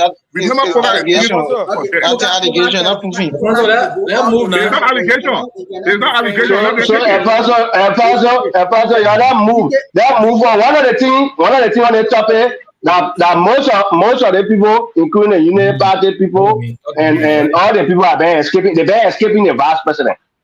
The topic we say the vice president and Koga are playing double standard game. They will take all the brothers to Koga. They have failed to accuse the vice president. The vice president is behind this too. None of them here are accused the vice president. We'll talk about the vice president, you see they'll go quiet. The vice president is supporting both Mekua and Koto. In fact, he took Mekua away and start giving money to Koto to go in the district. You see, Shaka, they all of them going in the back. But bring Koga. When you bring Koga, they will be all over the place. Our debate here on the by-election, for us who are not taking side, our debate is Koga and the vice president are conflicted. They are the one causing the problem for our people in the district. So that is our argument. So when you deal with Koga, deal with the vice president equally. Thank you. The vice president is the one supporting Koga. He's the one that's supporting Mekua. Why we are not bringing the vice? He's a leader of our country. So why we are not discussing the 2 of them are causing problem for our district, and we will discuss the 2 of them until the election is over. We'll be here to support to catalog. Chris, repeat way before I will come against Koga as well. Since he's talking about a unity party, I want to get 1 minute for you. Pretty, I want to give you the minute you want to talk. I want to give you 1 minute. You know. Yeah, give it to him. Now, you know, party and the vice president, people and Koga, all of them in the same collaboration. Interesting about the vice president role in this because the way he attached to the party. Hold on. See how we want to talk. So here for see how we and then you come to Preston. See how we be quiet. That way, you never party be my way. No. Because they think our way. Let me get it. But see how we careful with that because we'll bring a vice president, you will lose your job. So that why you have one targeting around Koga all the time. Yeah, so let they will not be the ADL after funeral. We don't have much time now. We got like okay, so since I want to see how we did to lose it, let me talk. You want to address the issue before I come in? No, go ahead, Printers. Printers, please go ahead. I don't want for 2 Unity Party men to make comment on this. If you have Binance account. Yeah. So for me, that's why I've been blunt. You know, I highlighted the lack of coordination. So I was very specific with Senator Koga because he was the most referenced person on the platform this evening. So we can talk about, if I talk about lack of coordination, inter-party lack of coordination between the MDR and Unity Party, setting it. It is understood the vice president finds himself between the 2 parties. If I talk about lack of coordination, even internally within the MDR, these are some of the things that we're talking about. For me, I like to be, more issue-based than, personal, going after personality.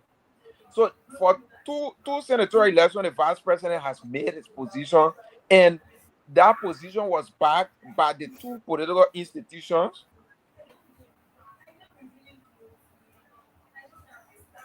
All right, that's why I don't like to bring the Unity Party men. They are never not good. So, see how it. So let me come in. Yes, it's not because that people are talk for too long. Alfonso. Yeah. Get to the I listen to the conversation, and then DK also amplify. Because they are all leaders of the country. In 2025, they're going election. The vice president made his position clear because the trend the election was taking. Mind you, in April,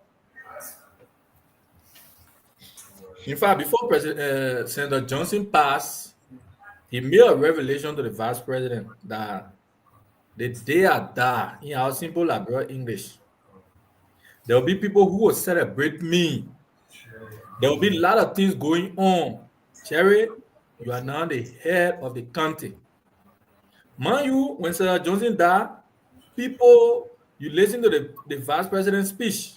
There were a lot of statements made. And the vice president being the arrowhead now of the country, I mean, the vice president had no dealing to do with the election in Nima, but you saw the troop of people that are coming to Nima. You saw the leg of Akaras Gray, you saw the leg of Jake Koluba, all the guys. For record, we are not speaking of the 20. No, I'm coming there now. We're talking about. No. I try to reference the position of DK about the vice president now.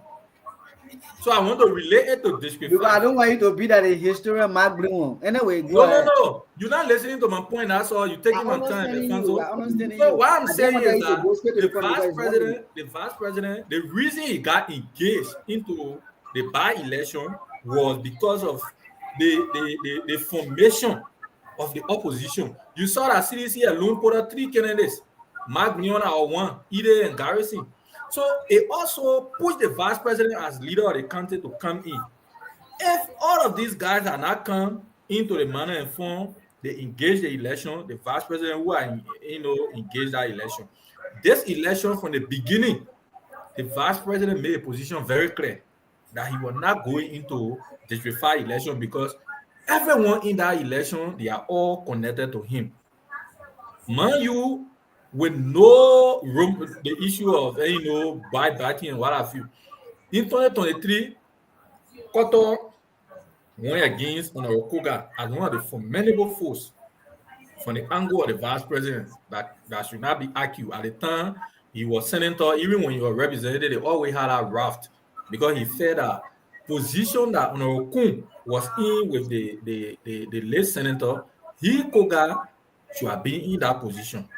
So they were always wrapped between the guys. So Cotton was a backup, and to contest in our election. Now it didn't work. This election, you have Menkwa and all the people contesting. So the vice president made a position very clear before even the primary. So there's no need for us to also be keep holding the vice president into things he already. Myself, that's why tonight when we're asking, I did not bring him, even though I said the vice president and the senator, whatever they are playing, don't stand that game. But when I start asking individually, I'm not talking about the reason you see people holding our feet to it is that the conversation now, the vice president made a position clear. That be clear. The vice president made a position clear before the election. Right after Okoga won, he made a position that the election in District 3, District 5, it was the election of the people of District 5. All the guys that are going to the election, they are all brothers. So anyone who District 5 made that decision, that would be the decision of the people. For me, my point before I conclude is that Okoga is the immediate representative who went for 13 to 14 years. Accurately, there's no lawmaker. Thank you. After post-war Liberia in Nima that won, and that kind of election in Nima. So he was in a leverage position, but you are not giving the leverage to do that. So what do you expect? Thank you. We got how to call it 5:49 to mine. So we got 11 minutes to go. Let's say Chris Lee, we said today, welcome to the show. We give 2 minutes 30 seconds to make your points on this issue. Thank you. Let me say good evening to Cedric, who want to talk about New Japan and go beyond close. So, Cedric, how you doing? And my own people, Bobby, everything. Okay. I don't go beyond close zone. Besides, I'm not utilizing on that. Yes, but Cedric, everything. Okay, I will look at this discussion about Koga or District Number 5 issue in different perspective. I'll be so critical a little bit. One is Koga thing, how you feel that you have been disrespected by MDR.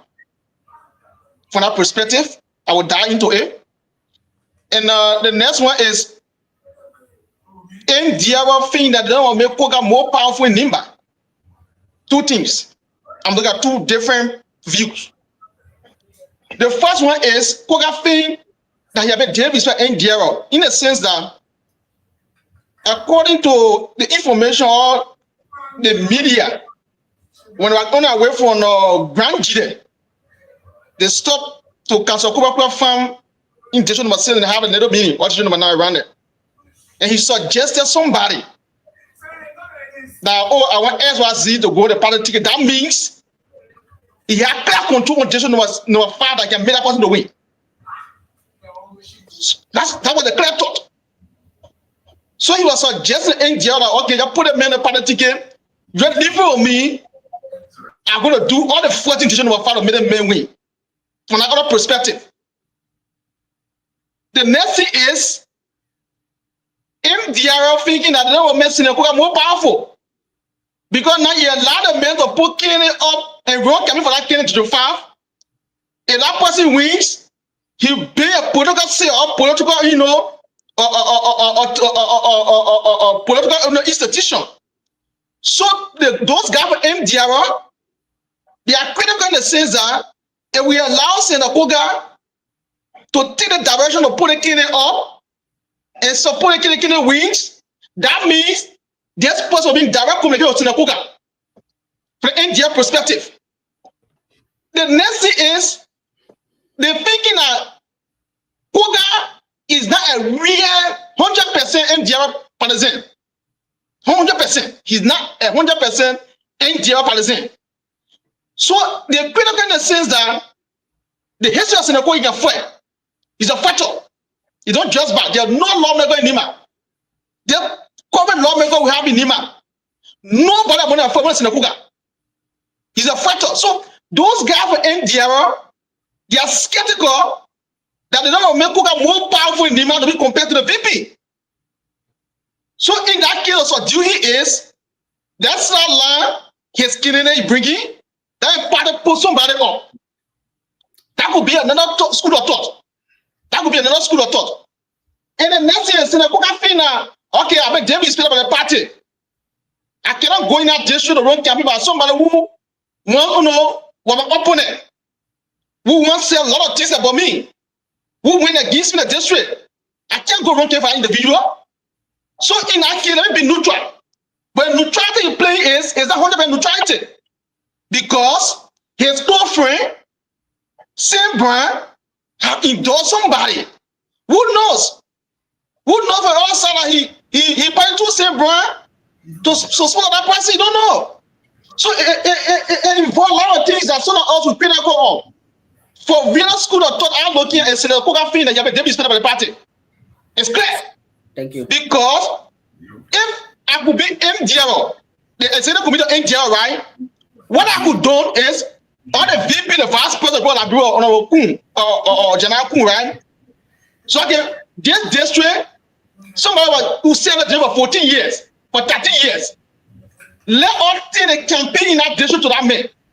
Let them dress back, put Seneca in that position, allow him to do all the dirty work, allow him to run a campaign in the district to see if he has put up, his strength.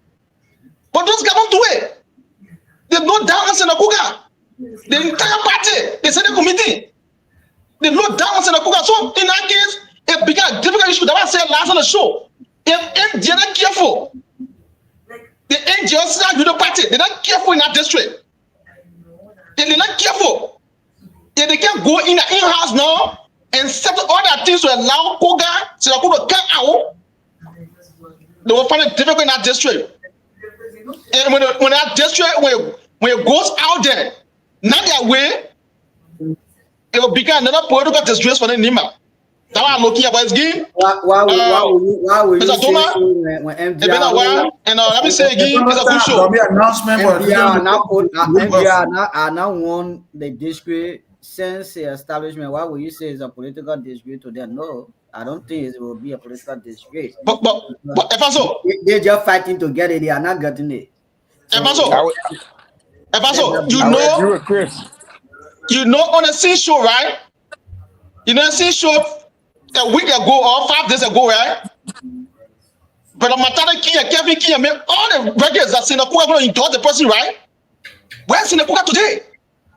What they can't allow the digital Sinakuga when they can be? What a big deal about this year. Why can't allow Sinakuga? Then the digital Sinakuga. They may have strength. They may have proven 3 times in a row. Why you can't take digital for the Sinakuga just back? Ain't just back. Just Sinakuga say go and show your strength to the district. Run a campaign. Make sure the person win. Run just back and look at Sinakuga. Thank you. We get David Spade the man when they're doing it. It's a David Spade. Thank you. Thank you. Man. Thank you. God For man, your view. man. Thank you for your view. It's good. Thank We'll you. have no more time. It's on the close back room so that we got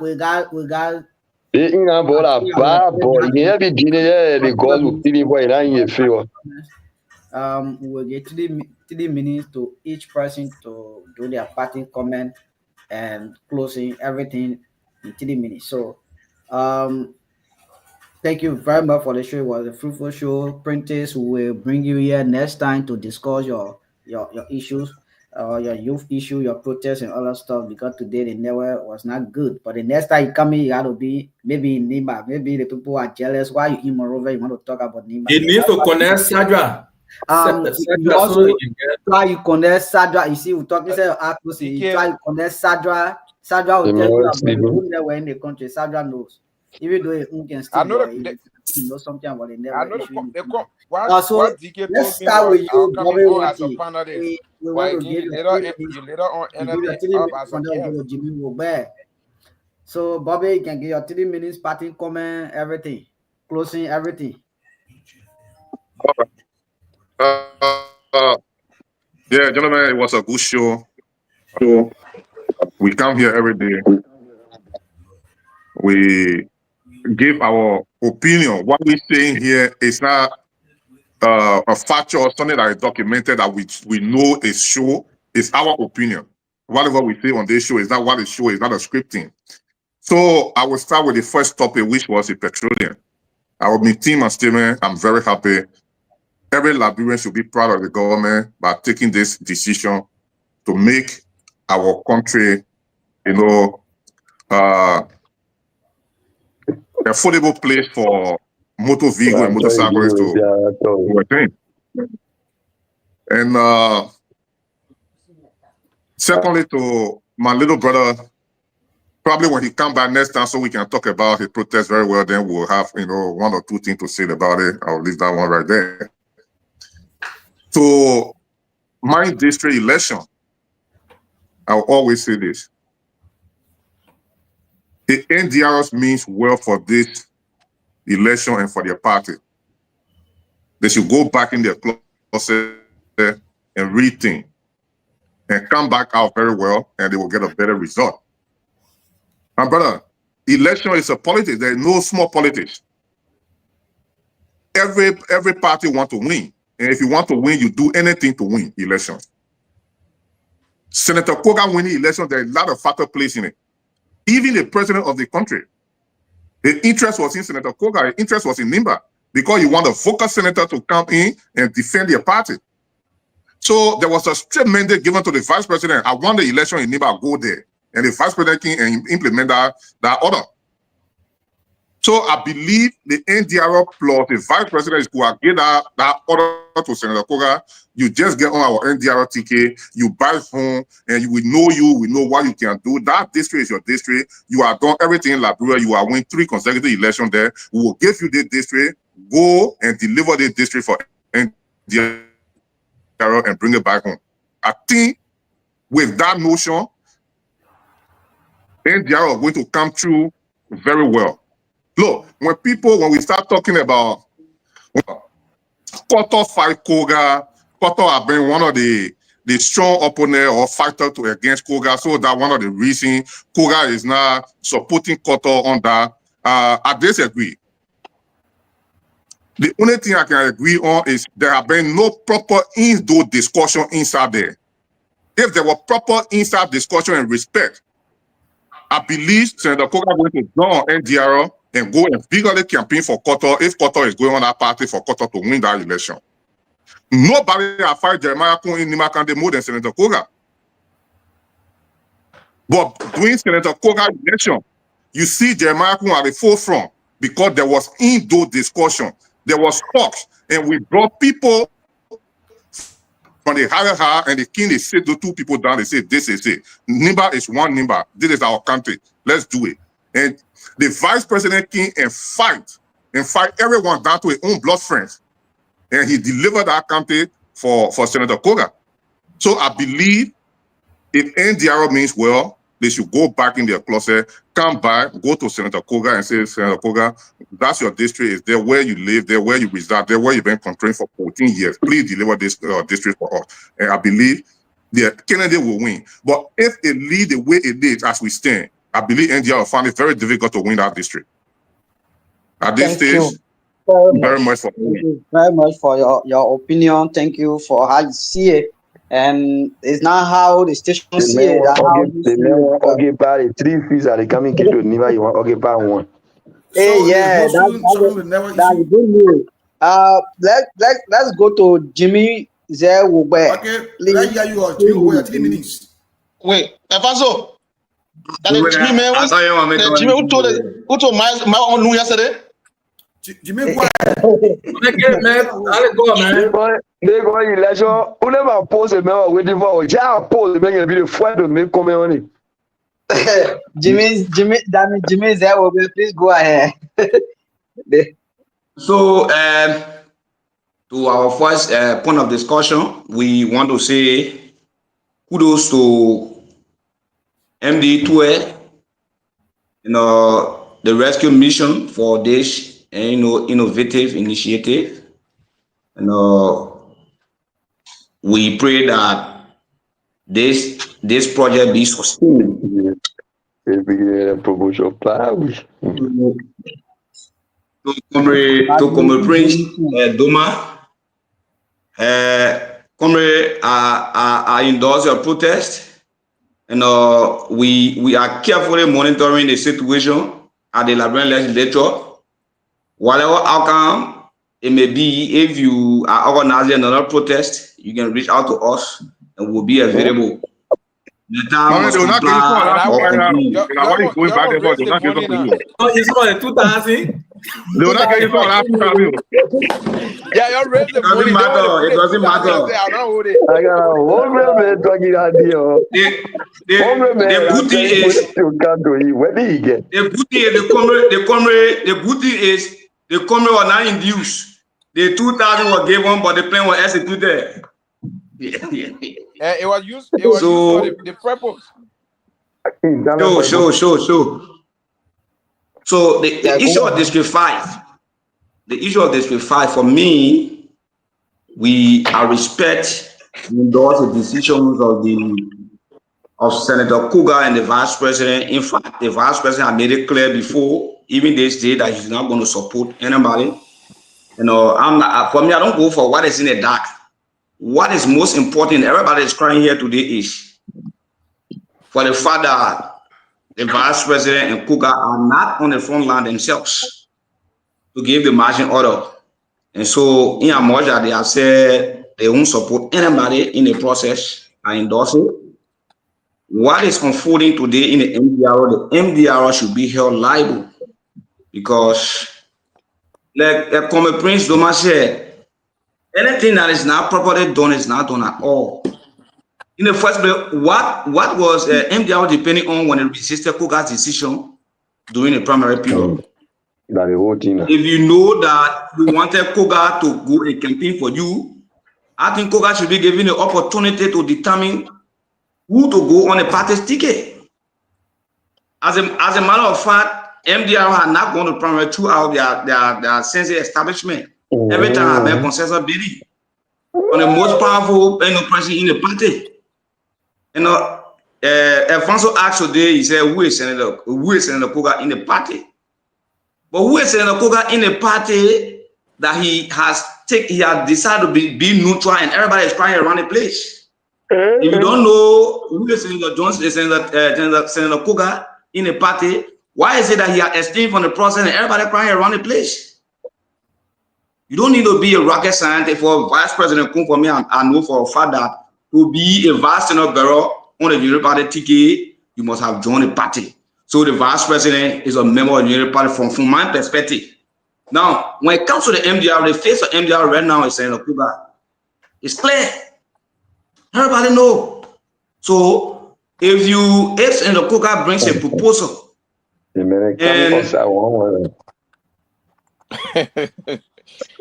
yeah. so if he comes in with a proposal and then it is accepted, and at the 90th hour he try to cajole it, as people say, he's a freshman in politics.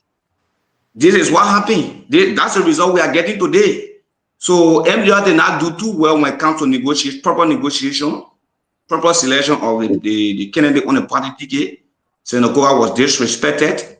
He has come up with a decision to remain neutral. And for the record, Koga is not supporting anybody. I can tell you for free. Takoma there on the side of Takoma there, you see Jeremiah Zawiye, Zuan was on that side. On the side of Cole Williams, you see Come Frey, Come Meon. On the side of Jackson you see Prince Battle, Alfonso Miame. On the side of Koto, you see the legs of Steven Mato, even Addison Gonli. Finish. Let's go to John. Don't attack me. So to conclude, I think I respect. I think we should respect the decision of the senators, of the senator and the vice president. They are neutral in the process. I know those who are bringing in those fake propaganda are maybe supporters of Kodo Kwabu. I don't know why there's so much free when they say Koga is nothing in the district. So thank you very much. Thank you very much. I don't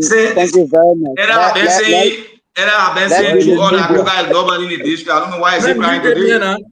Thank you very much, Prentice Doma. I have your mini on this. Yeah, thank you, Alfonso. And I know for much of the time I rather struggle getting on with the internet, Lone Star being bad at my end. But regarding the issue of the petroleum product, I consider that as one of the best decisions so far by this government, because look, in recent years there have been so many artificial shortage of petroleum products on the market. Well, they see in DC making a disable.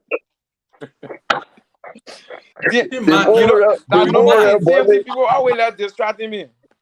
No, but the four me achievement. In recent years,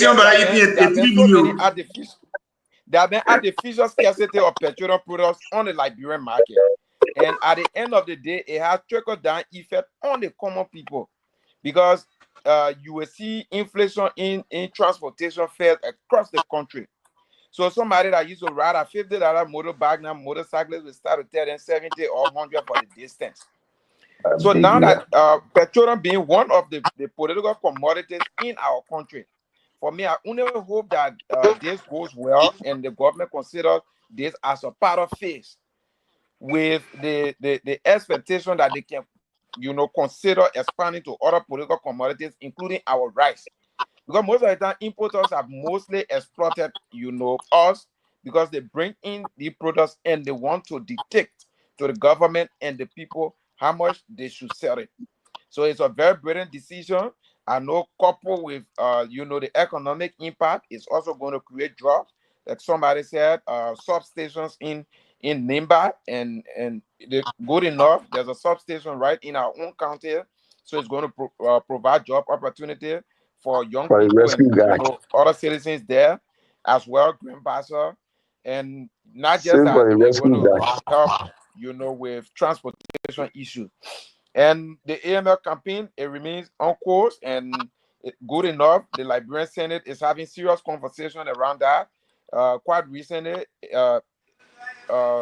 AML and institutions of concern under the executive, including the Ministry of Mines and Energy, Ministry of Finance, the National Bureau of Concession, they all appeared before the Senate, and AML has been in no way, able to dismiss any of our arguments, tied to its neglect of corporate social responsibility, concerns over human rights abuse, and gross disrespect for the labor force of our country.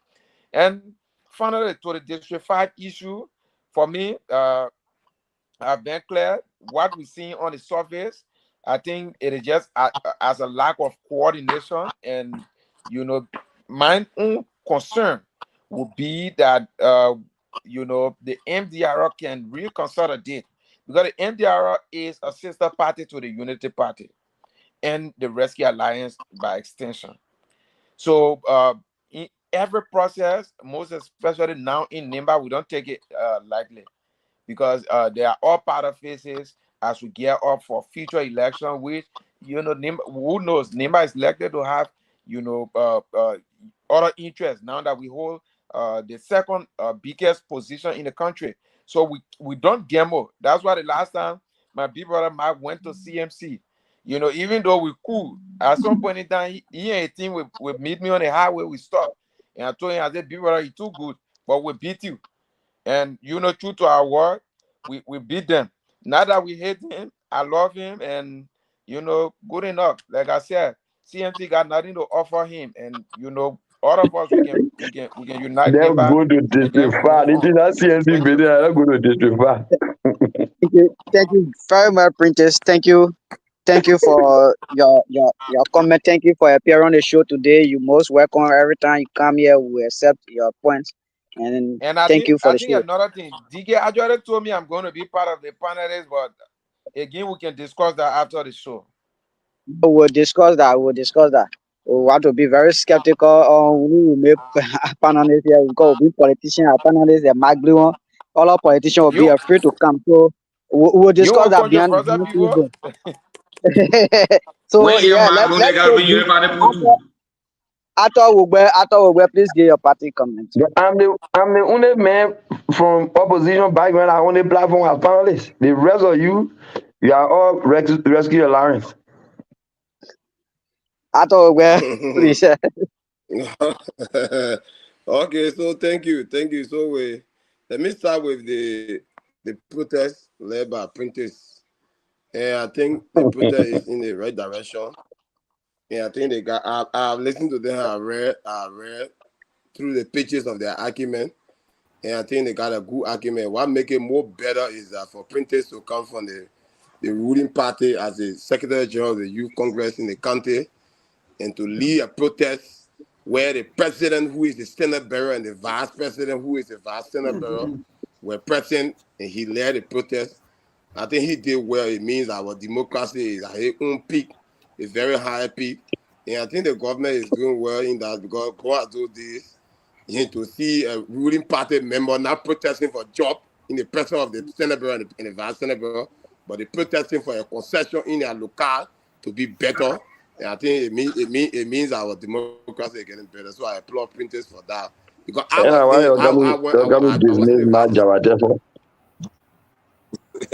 was in a vice president convoy when we went to Yekepa, and I saw Printers in the group. I even got down. And I heard my big brother saying that nobody spoke to them. Even I was present when representing district number 8. Jan Flumo was speaking to them. I was there. No, I did this when the party went on. So I want to do it water, what they call just or in the bathroom. Yeah, water. And then I was there. I was there when Representative Flomo was speaking to them. He acknowledged their presence. Even the superintendent who's the value of the president, when she was speaking, she also acknowledged them and said they are our children. They are rescued members. And they got a genuine consent. And Mr. President, I want you to take it to look at it. And the president acknowledged that too there. In Ikepa, I was there. So that was good. And I hope they continue so that they can sit with stakeholders on the table to correct the wrong so that our country can get a better concession. With the district number 5 issue, I think it's clear. It's not debatable here. The vice president made a position long time clear before even the election could start. That he got no interest. Are there now guys in the election who got political interest? They are there. Is it a right to contest? Yeah, there is a right to contest. And he said clearly that he got no political interest. He will not support nobody because he think that all of the guys who contest in the district, they are also brothers who are contesting, so he got no political interest. So he has said it clearly, and the people in the district are aware. He had not shown no face in the district to even show a sign that he support one or two persons. He are not doing it. So it's clear, it's not debatable. Omokoga, is he careful? Yes, I say my team and position that he's very careful. He's playing a political game. What happened to the primary? It happened that he had left. He came to the national scene. Now the national scene will have informed us as to those who are contesting legitimately from the election commission and in the district. Is Omokoga careful? Yes, he's very careful. He's playing a game on grounds that all the guys who contesting there supported him. And do we have the ability to change the narrative if he want to do? Yes, he has the ability. He can do it. He has done it for the fact that he has won 3 times in the district. He can do it. There have not been no election in that district. Without Omokoga being contesting. This is the first election that is being held into the fact that Omokoga is not contesting, but now he's a senator. So he's playing a leadership role. Anybody who will win will be his representative that he will work with at the level of the caucus. With the issue of the petroleum from the FPRC, I think it's very laudable. Every well-meaning Liberian will applaud MD Amos Tua and his team. You're ready to say Liberia. At least by that will decentralize the availability of gasoline into our country. Where Ganta to the UNR home, it will be one of the hub of the gasoline that Southeast people will get easy access to gasoline. And instead of a tanker leaving for Southeast and Papa Ganta, I can weigh more Rubio. Now you get low rate in Ganta and go back to the Southeast. Grand Basso, Buchanan right here will be another hub that he announced. It will be another hub where people from River Sando and River G will get gasoline easy. So that thank you for giving all the map. Thank you very much. So it will ease down the artificial shortage of gasoline, where our business partner will know that government is serious, and this government is a very serious government, where they will not allow Tango Leave or Sierra Leone to Morovia, like the chancellor entering from Nima to Morovia those days. So let me say thank you. I look forward to a lot of appearances. Thank you. It's our pleasure to always see you here at all. But thank you very much. Edo, please. Yeah, on the platform. I give you 2 minutes to do your closing argument. Thank you, Alfonso. Shut up. What? I said when it comes to young people that 3 minutes, when it comes to elder 2 minutes. Never. Shut up. Let somebody talk. Thank you, Alfonso. Thank you. With the issue of the gasoline, I think the government is doing pretty good. The only thing is they have to watch the prices in the market. If those guys who are selling gas will get it from them, so that they cannot exploit our people. The reason for the government bringing gasoline in the market is to make sure our population are free to move around with less transportation. Now, with the issue of the how they call it, not a campaign, but apprentice with their issues. Mm-hmm. Yeah. You know, when you are planning something, you gotta be very careful how you plan it. It was a good campaign, and you did well by creating that awareness. But here is my problem. When you organize it, you should organize it across the board. That is, you have to involve your expenditure, how much it will cost to get everybody from their respective locations. You cannot use a money that is considered corrupt in those kind of issues. And anything that money is involved, and when it is not carefully done, you take a blame. Today there were questions, and you could not come up with a real good answer when it comes to that money issue. And if you are playing something that you think you don't have the capital, reach out to other people. It will help you. Reach out to us. We will be able to help you. And considering the people who gave you the money, you are encouraging corruption. Because their needs have to come out. If it will be, it will fire them. That will be what is in the interest of the Liberian people in Nima County. We do not want any corrupt officials in a position that will make our people continue suffering. So you did well, but the next time try to be careful in how you plan those kind of things. Now with the issue of Koga, there is no way that the people of Nima of Obuya will will allow Koga to go and run campaign over there. If MDR had not carried on primary before, that doesn't mean it cannot be done. Right? And Koga submitted to that.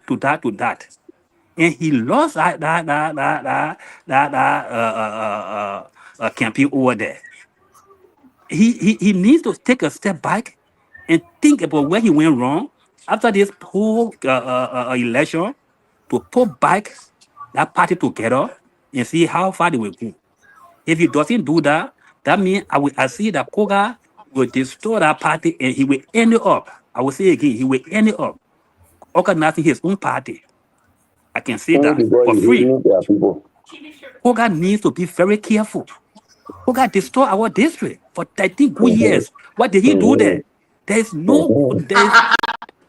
nothing he ever did over there. And then I heard the other day, he paved road over there in the roads. And the road guy. You gotta give her another minute to come back. No. They support of killing the district. He's a supporter of killing the district. You can't be senator on the show. Well, correcting him. I beg you. Let's protect him. I beg you. Protect me. Yeah.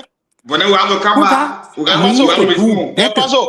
you are not Koga now. The man is speaking to Koga. All of us speaking here to Koga, right? The man is making a point. We will still get on the argument. Yes, Shut up! I gotta talk. The Ella is a supporter, strong supporter in the district. No. At this if point, he can't on the platform like this, other people respond. That's my kind of advice. So. Yeah, those that are supporter, other candidates can respond. If you supporter, you can respond, no problem. If you supporter, right? Needs to be very careful. So those of you who are backing Koga, I don't know whether you're being in that district. Koga was there for 13, 14 good years. He never did anything over there. He never did anything. He cannot point at one elementary school that was named under his name. Or but his father's name. They made letter 3 times. They made letter 3 is not the made done. Yeah. That's the argument. Please will let you finish a point. Be careful how look. If MDR will survive, it depends on Koga. The leadership over there had done their part, and Koga is trying to go against their way, and that's what's happening over there. So Koga needs to be very careful. Thank you. Thank you very much. Thank you very much for your point. Every point of view you make here, it is your own point and view. So it's my view. That democracy. So we got to give chance that everybody say what they want to say. The only thing I will not accept on the show is somebody insulting somebody. But so long you making your point and there's no insult, we will accept that. Thank you very much, Omen Ellis Law.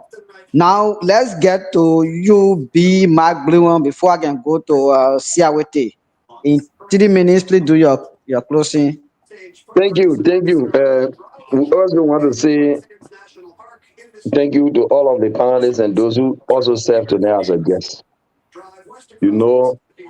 Pretty did well.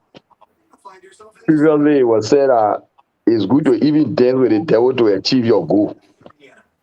So the fact that anybody can bring $2,000 to amend the effort of printing so that the HPS can also find a way to go with the 1.8 billion. My man, thank you for dancing with the devil to get your $2,000 and reach your goal. I see why you lost election. Yeah, I agree. Because you support corruption. Yeah. So it could not be issue. The fact that the real today, it can be used by other company to get Liberia going. You also provide another job opportunity. What we are saying today, Pretty is a young man. He cannot stand in front of Liberia to argue. More especially the plant construction. They have been estimated at 1.4 billion. And everything people doing Liberia, Alfonso, I can say clear to you today on the show that the world will be listening to me. It's just a charade. Because if you know you will not extend the maintenance contract, you will not allow them to build 1.4 billion plant, and then it's being used. So the fact the president will come and say, telling the people they are doing well, it's an honest statement. It pretty have nothing to do. So the people are doing extremely well and overwhelmingly well. So what Pretty will say when president is saying the people are doing extremely well or overwhelmingly well. So it's good. The fact that he brought that to spotlight today is being discussed in the Senate. Our people will work on that. And all of those just benefits that belongs to the country will come. And what NIMA deserves, NIMA will be able to receive them. The issue of the petroleum product, we appreciate Emotwe a lot. We appreciate the government. At least we will be having more gasoline or fuel oil in the country. And the 400 buses will also follow and come then because we got more fuel now, so no need for the buses to stay away. The yellow machine coming next month. 35 to 400 buses coming next month. Yeah, no, okay. Even you can bring 200 now because we already got fuel. So when the yellow machine to enter, will be no need for the government to credit out there. We'll be taking the same fuel from the port, and we'll be using it in a 285 pieces of yellow machine. It will also speed our work before to go ahead. And the good thing is, we just got to be careful on who the vendor we giving the goods to. Because the gasoline, Liberia does not have a $5 behind it. They are crediting it to come and store it and give it to those who are best sellers. And the business in Liberia is squared on a credit basis now. The man at the government giving the goods to on a credit basis, he too goes to Zwedru to sell on a credit basis. The gold digger also come and take it on a credit basis. So the money will start from the gold man before it can reach. Probably they are added Liberia built up based on non-compliance posture. And by that, it will be adding up our bill and our revenue will also be going to them because if the goods that are being given to us to be sold, when the money exceeds what we're supposed to pay, then they will interest it. They will interest it, and then so we got to be careful on who to give it to. We can't give it to someone, you go say that in Buto, nobody buying the gas from him, then the bill going on in the country before they make a campaign, they may have fall into a default. And you will, they will be politicized. You will not go and take someone home because they make it. No, Musa bringing own fuel. Musa say bringing fuel. Nothing will stop Musa from bringing fuel. Musa will bring fuel. No, I'm not concluded. I'm going to District 5 now. Yeah, go to District 5. I continue to stand on my ground. Koga and myself went to election. You will not even expect me saying the reality here today. You expect me to be against Koga on the decision that he took. But the clear thing is, if I'm considered the breadwinner of the house, and the people of my house take onto the mantle authority to give me to be the administrator of the house, anything we talk, they should also give me the due respect that my input should be heard. Koga did not just sit down by himself to call Goldmekwa to town. It was a proof that yeah, God come for a package. But the act of young people lacking money and they respecting people, going with this too much gossip in Nima. Maybe he's saying that we made it mayor to take the decision and produce a Kennedy while they might be producing their own Kennedy now. By 2029, they may get a party in South Africa. The party already here, they may be putting people out. We don't know what will happen. So you then put someone that will protect your interest. Now the young guys who left money business, bring it split into the NDR today.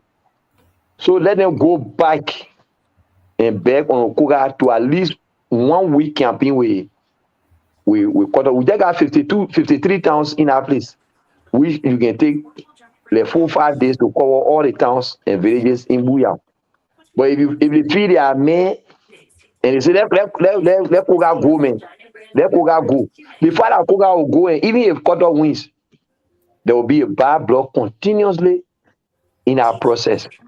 And we end up in 2029, it will be a very difficult task. You people are seeking for bigger position, and you cannot continue to split yourself about this movement. The war is looking at you. There are so many persons calling from Morocco and asking how Nima is looking at. Because those who in government now are Nima, they depending on.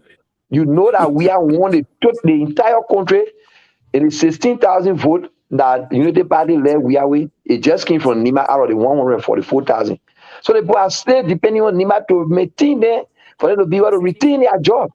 So they calling in Nima, some of them who know, they calling in Nima to know how the atmosphere is like. So that the people go back to Koga or how they respected, and they appeal to Koga so that the togetherness can reach. Thank you.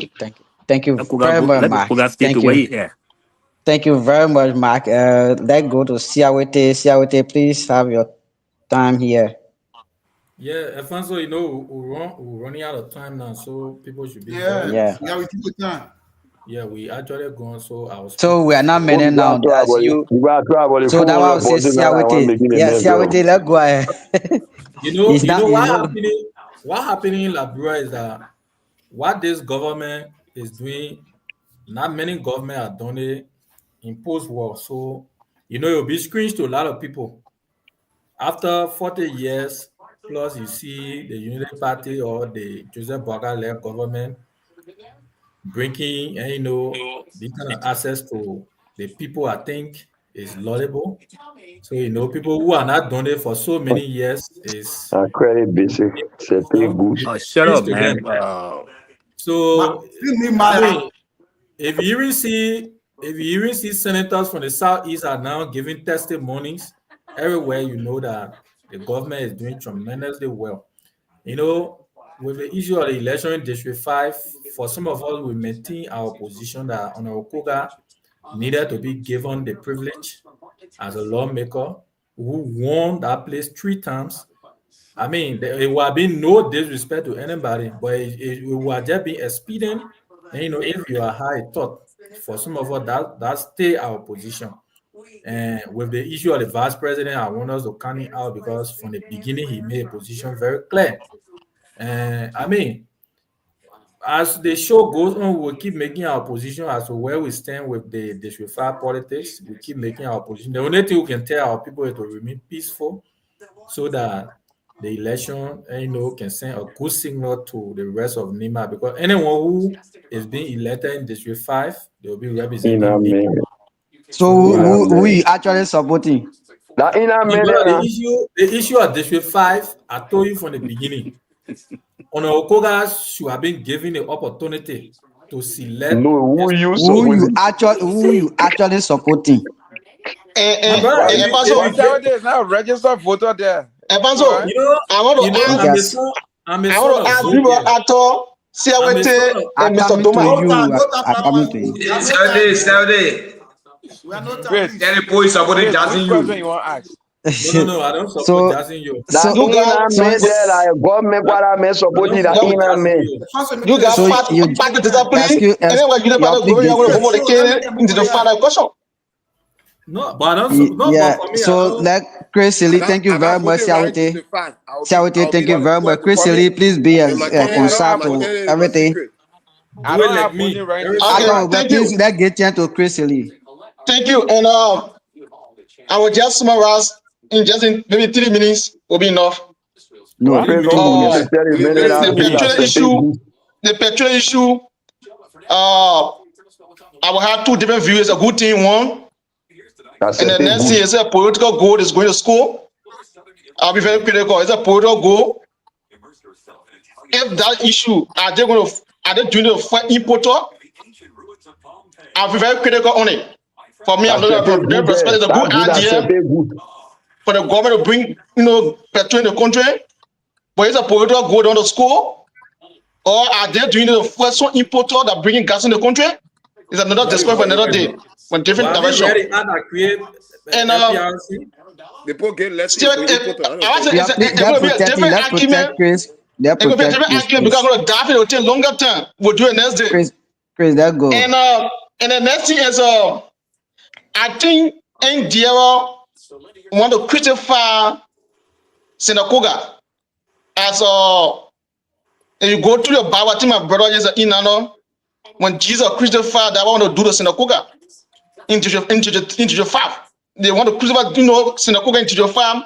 They want to they respect him in front of his people. That's what India want to do. So some of us, we from different school of thought, we think that India is in the wrong direction, and the wrong direction they're taking. Then of course, Sinagoga back into and settle that before it be too late. Because if that not happen, trust me, they will find it difficult to do number 5. And the next thing is, I will look at decision number 5 issue I said before. The people at decision number 5, I know the elder here, he has own side of his storage. He has own candidate there, so he will be back in the candidate. But they will preach everything that will bring Jesus Christ. Where did I say I haven't seen Jesus Christ? They will tell the people they will bring Muhammad. They haven't seen Muhammad before. So the election time you will see the people who are other candidates, they will be saying this. But that decision number 5 decide who the best suit for that position. As my brother said today, and I'm saying here to be corrected, that that district is a test in the Kuga. It's a political test. That district is a political test in the Kuga. You like it or not.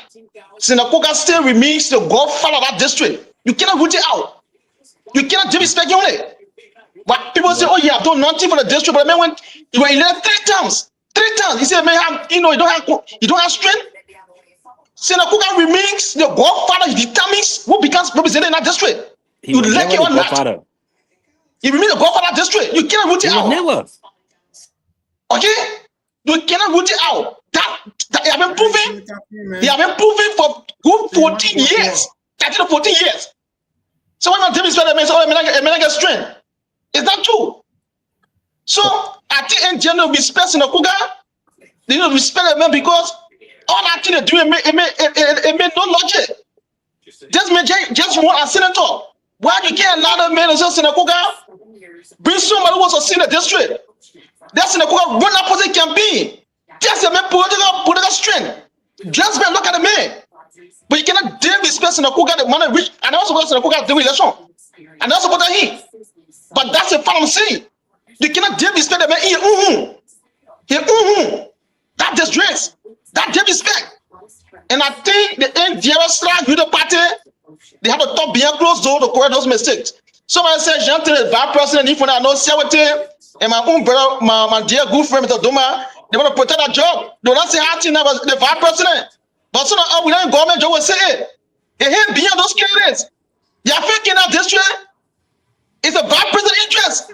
I will say it, I not lost my job. I'm not in government job. I will say it. But you have few candidates supporting. It's wrong. It's wrong.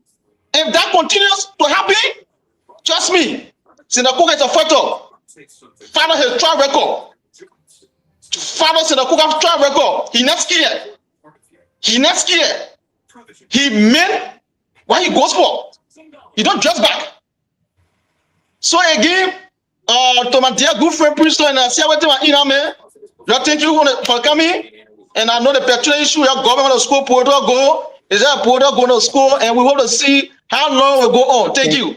Thank you very much. Thank you. Yeah, all your point I just been backing Senator Kuga. Thank you very much. Yeah, it's a pleasure being on the show. Let's take the last person is Sadra J. Togbe. Sadra. The honor cover you the party man. So, How many you? let me When you say, know about politics, I mean, I already, had to be discussing. all the speakers already commend the government for the petroleum. So I joined them to say, conduct to MD Toy and his team. Sure. So on the issue of my brother and my picking printers, my beginning you did well. I don't mind people say you fail all the one. You did very well. I follow all your processes and know when you are making arrangement, everything. You did extremely well as a young man, but you can't fight government. So that's it. For Booyah, I remain who I am.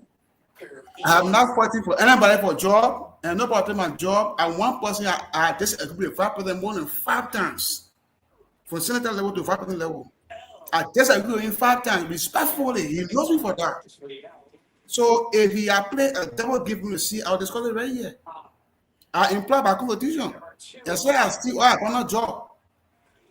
So people who say they get to back the first president, they will lose their job. Now people are saying America say no, someone lose their job here. Job here, people got job based on competition. I'm not a party. So I'm not backing the past president. But publicly he announced it even before the election. So should I say he playing devil center? No. But with Senator Koga, he announced somebody. That might probably happen to you.